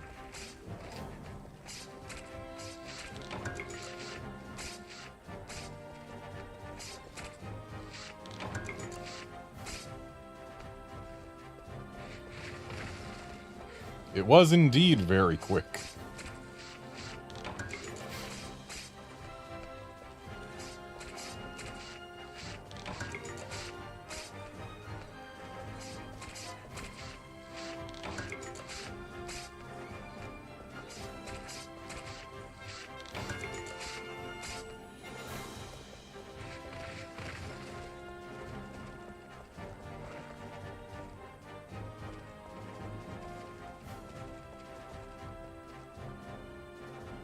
It is now half an hour before their dinner time, so my cats, being cats, are swarming.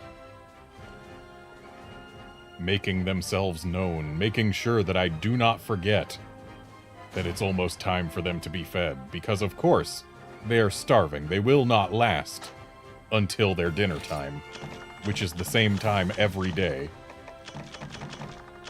They are fairly certain that they should be fed on a 23-hour clock instead of 24. But that's just how cats are. But what I'm trying to get at is that one of them has learned that the easiest way to get my attention is to walk on my keyboard. So if you see anything get typed and sent, that's why. Yes, Wolf Consenu, Conlos stones are the rare drop. And John, it is your post.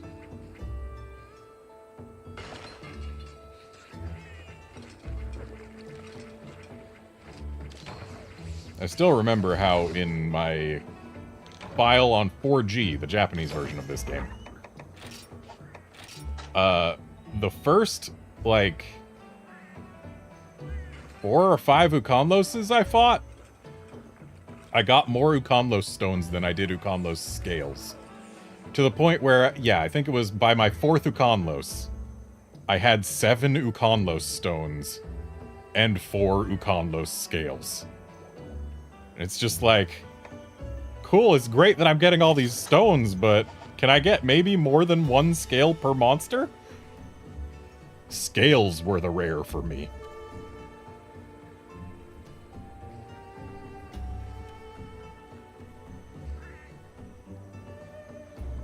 I'm pretty sure that armor set takes a good amount more than 4 of them.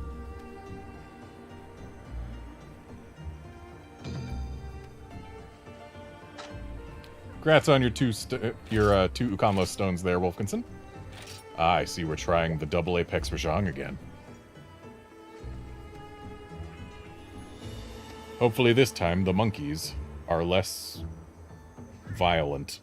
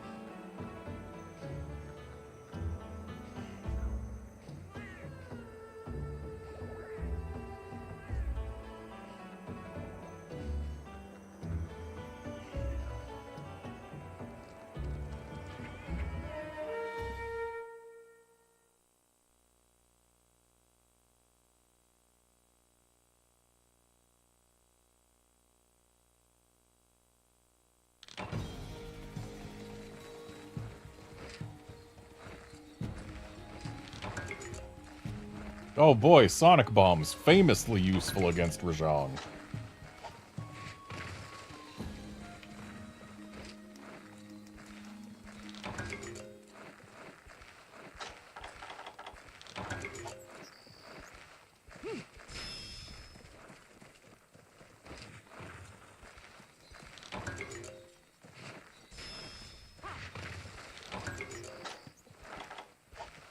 Three easy max potions ain't bad.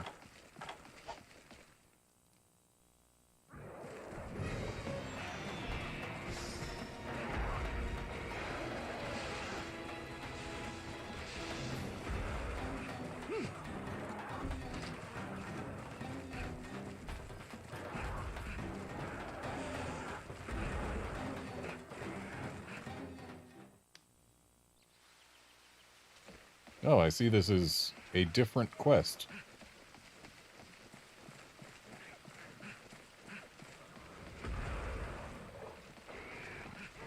I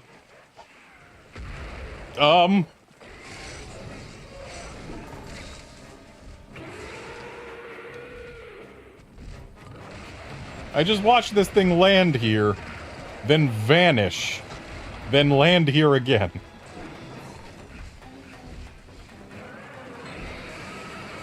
Also, this one's not Apex. What gives?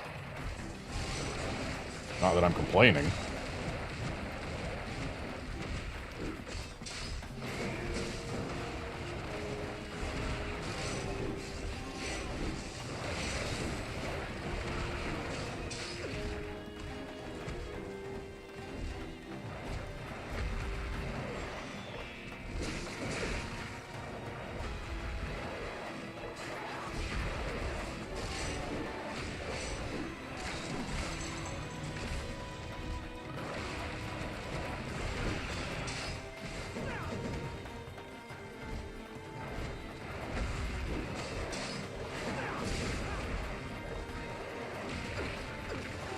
Ow.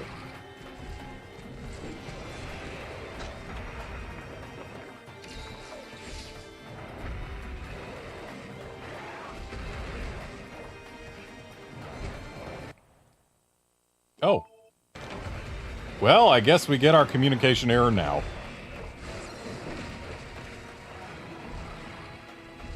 This quest is only starting. There's no way I'm gonna kill both of these things on my own quickly. So I'm just gonna go ahead and abandon out. Wonder if it was just me or if it was everyone.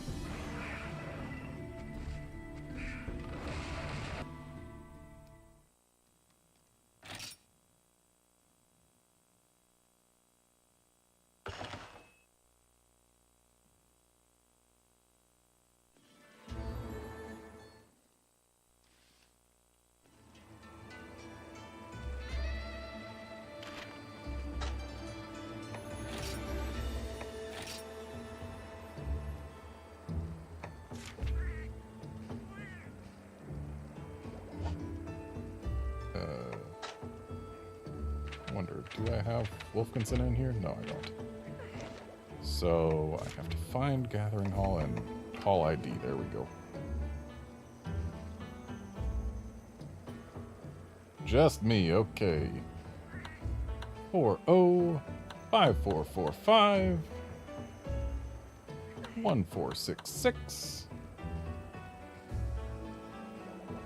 4459.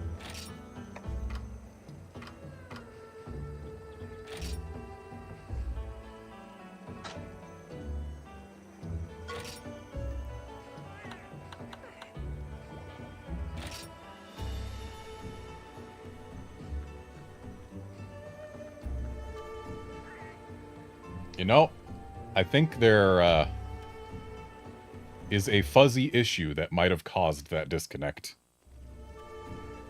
A certain somebody is exploring near my router, and she may have just body blocked the wireless signal.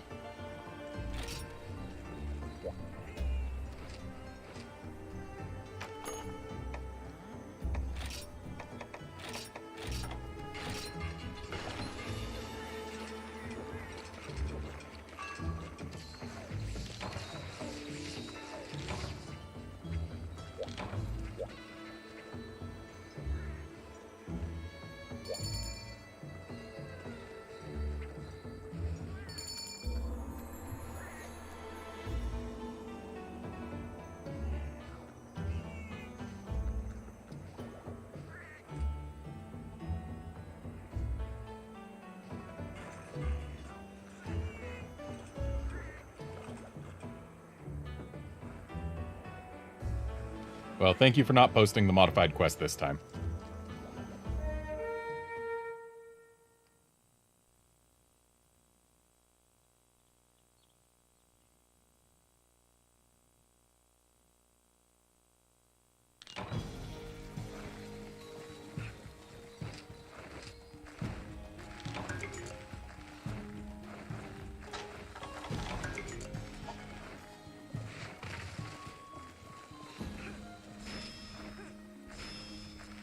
Double Sonics, nice.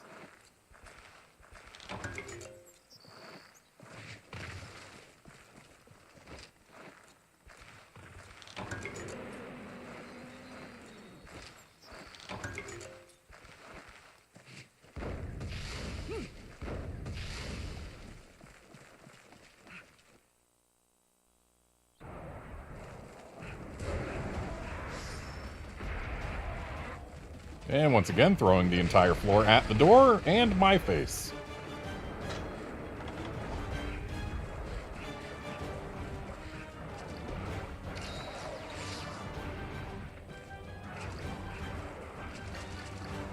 I'm glad taking the entire floor to the face did not kill me.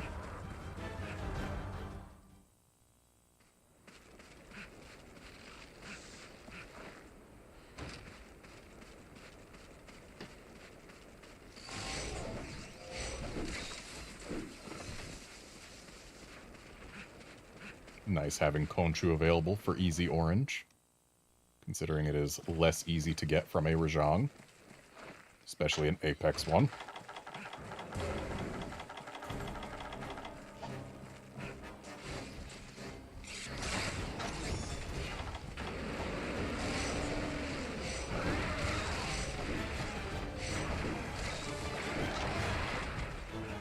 Rip.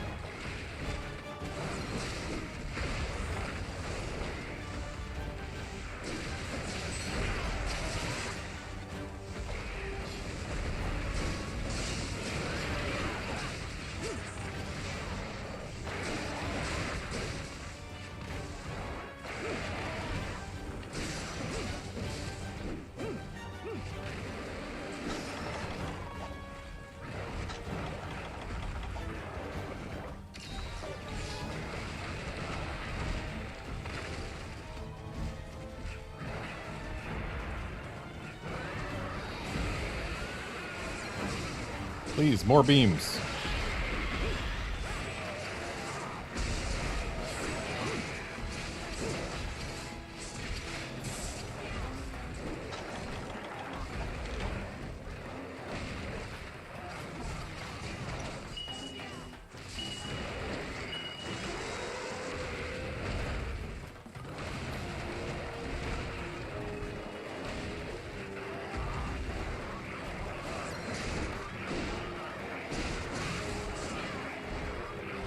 Would have been nice if he got in here before Rampage mode, but... Also would have been nice if I was in front of him instead of behind him. But damage is damage.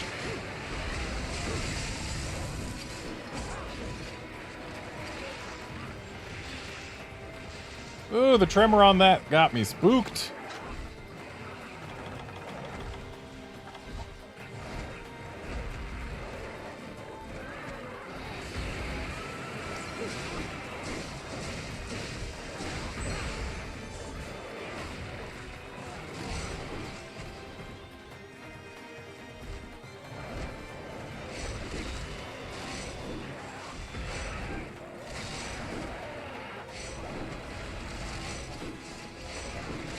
Buddy, I'm trying to get white essence, not green. Stop putting your tail in front of your feet.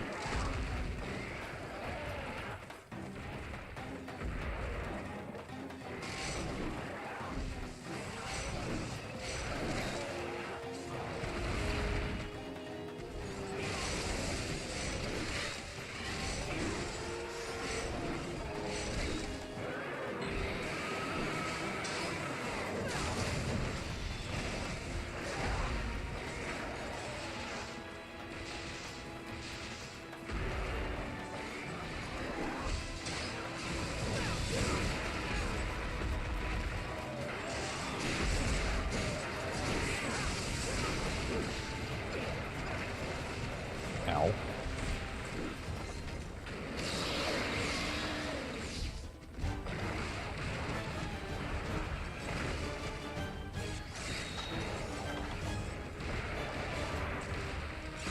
Here comes the floor.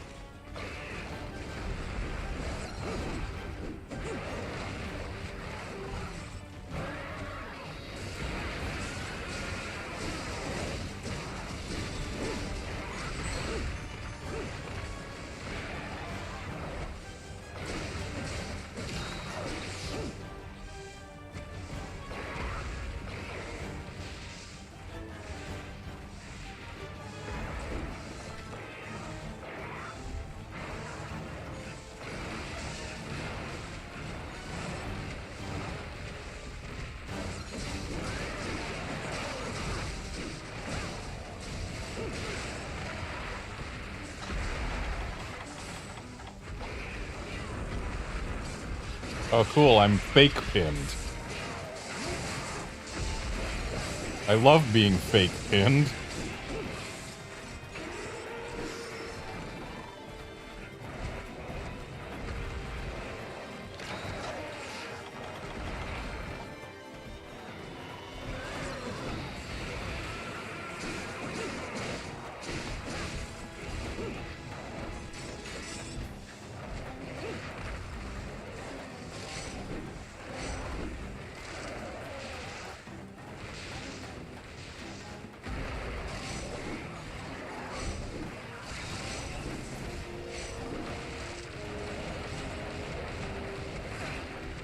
Ow.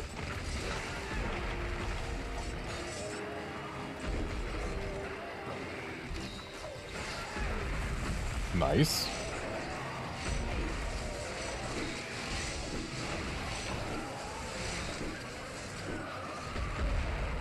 Oh, what happened to soloing the other one?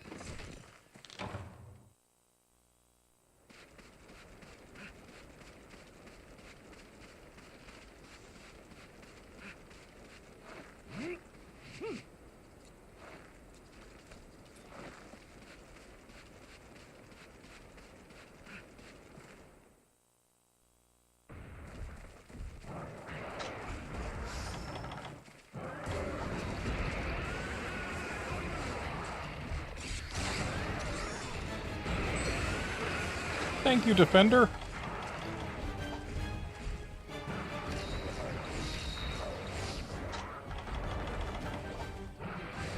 I'm glad you can have both Y-stones active at once.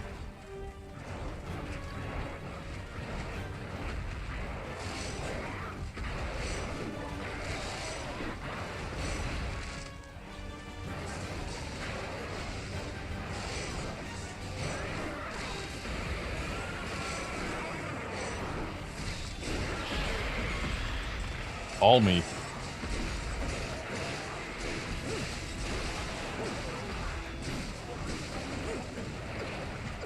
Ow.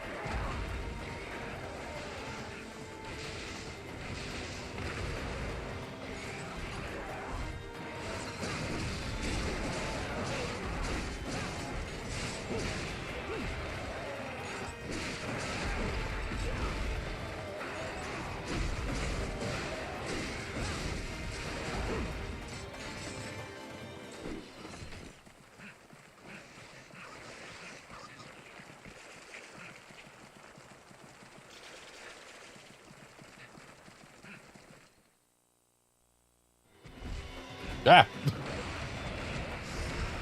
Didn't expect to start directly under him.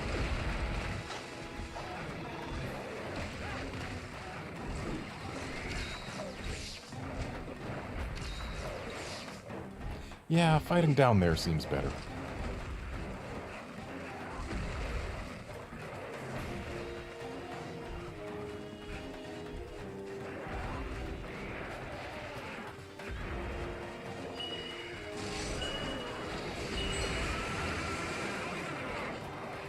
The beam's wider than I expected.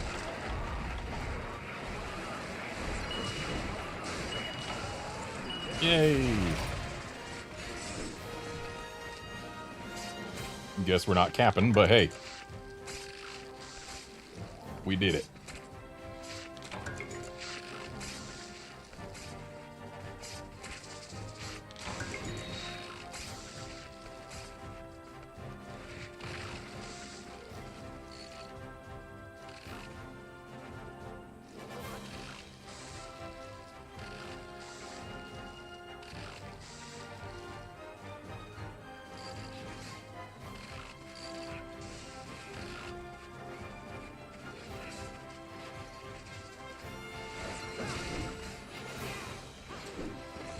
Alright, I got time for one more quest, so we gotta make it something worth ending on.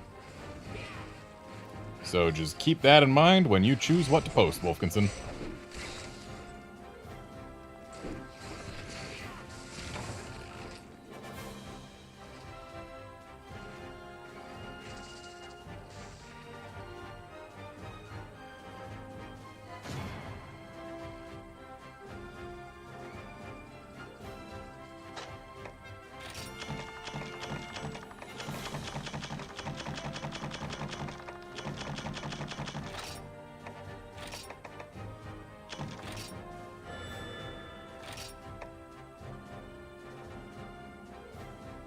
This actually seems like a pretty solid hammer.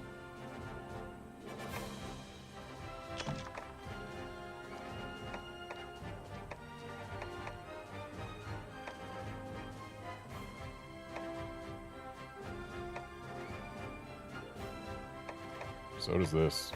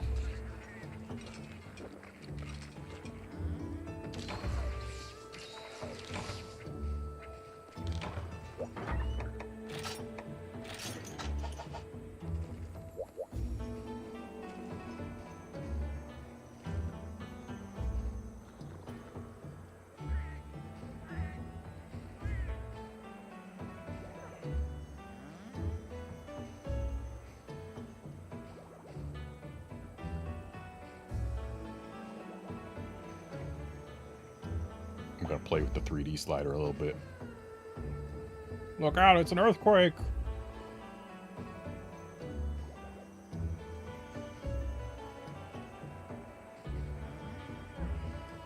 Who knew that the Elder Hall was so rumbly?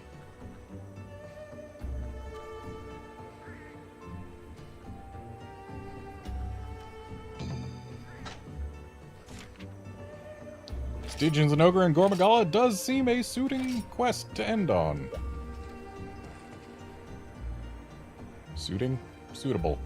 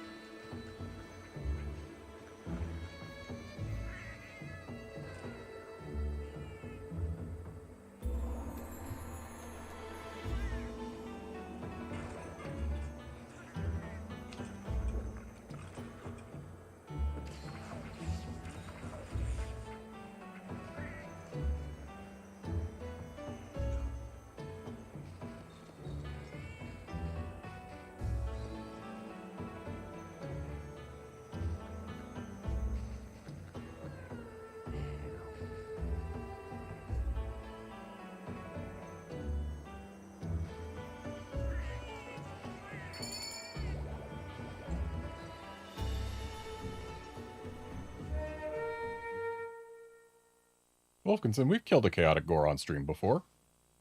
Just not the one that was up on the top. We killed one that started, like,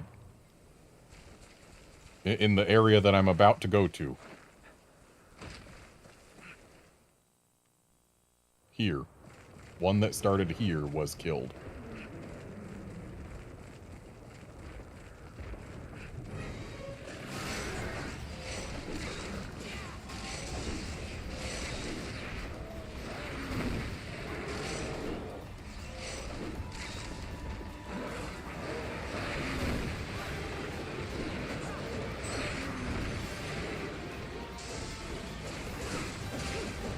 Kind of interesting that this is not a frenzied Stygians and Ogre, despite being on a quest with a Gormagala. You would expect that this one would be more likely to be frenzied.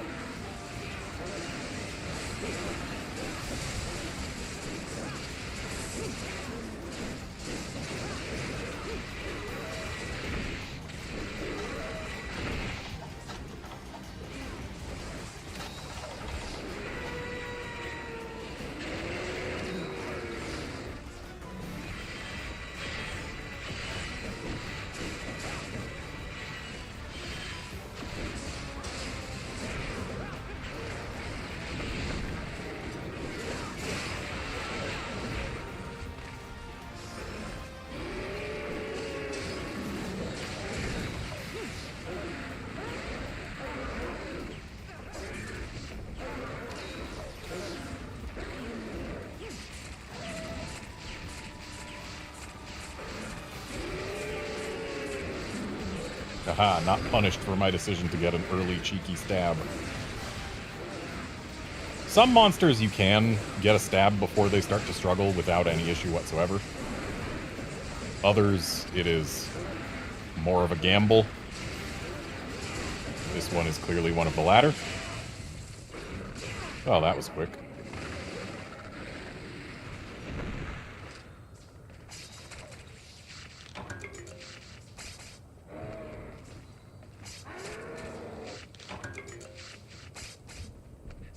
But thankfully, some of those monsters where getting the early stab does not pay off, you can still end up doing okay, provided they roar and you have plugs. Okay, so is the chaotic gore going to come down here, or is it somewhere else entirely? Is the Dragon Sayer here? Not that I can tell.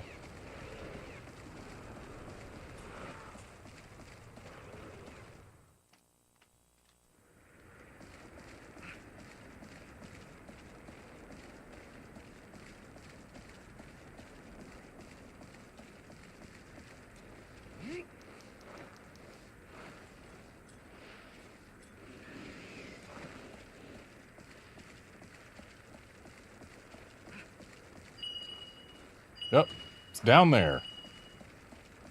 Turn around.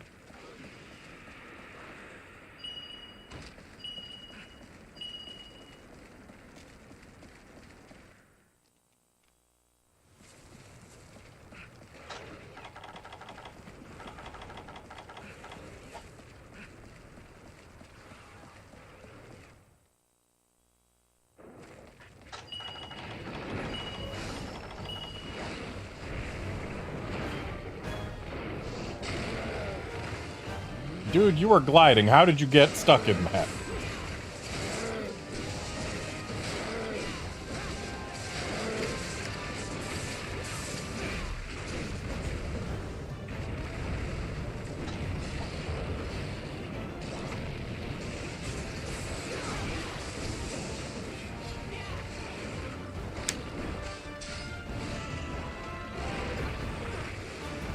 This one doesn't hit as hard as the last one.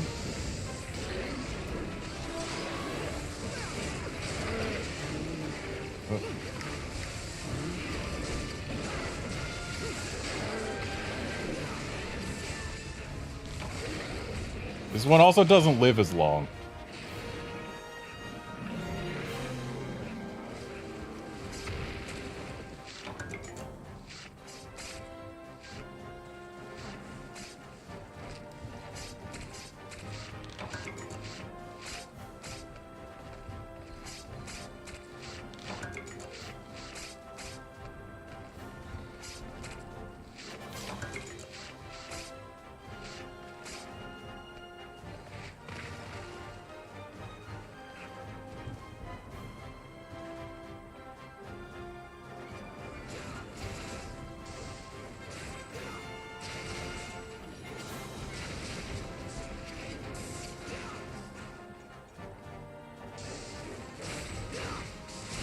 And John, I would like to thank you for not interrupting anyone's carbs this week. I appreciate it.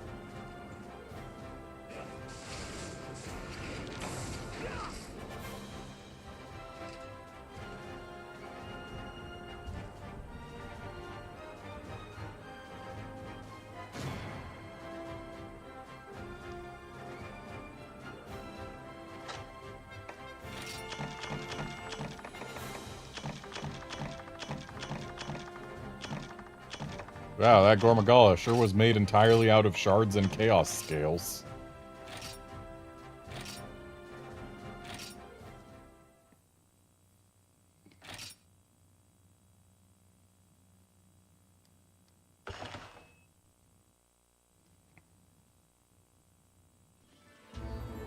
And that is going to be it for this stream. Thanks, folks, for dropping by to watch and chat and all of that.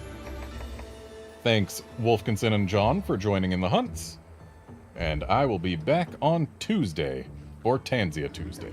See you then, friends.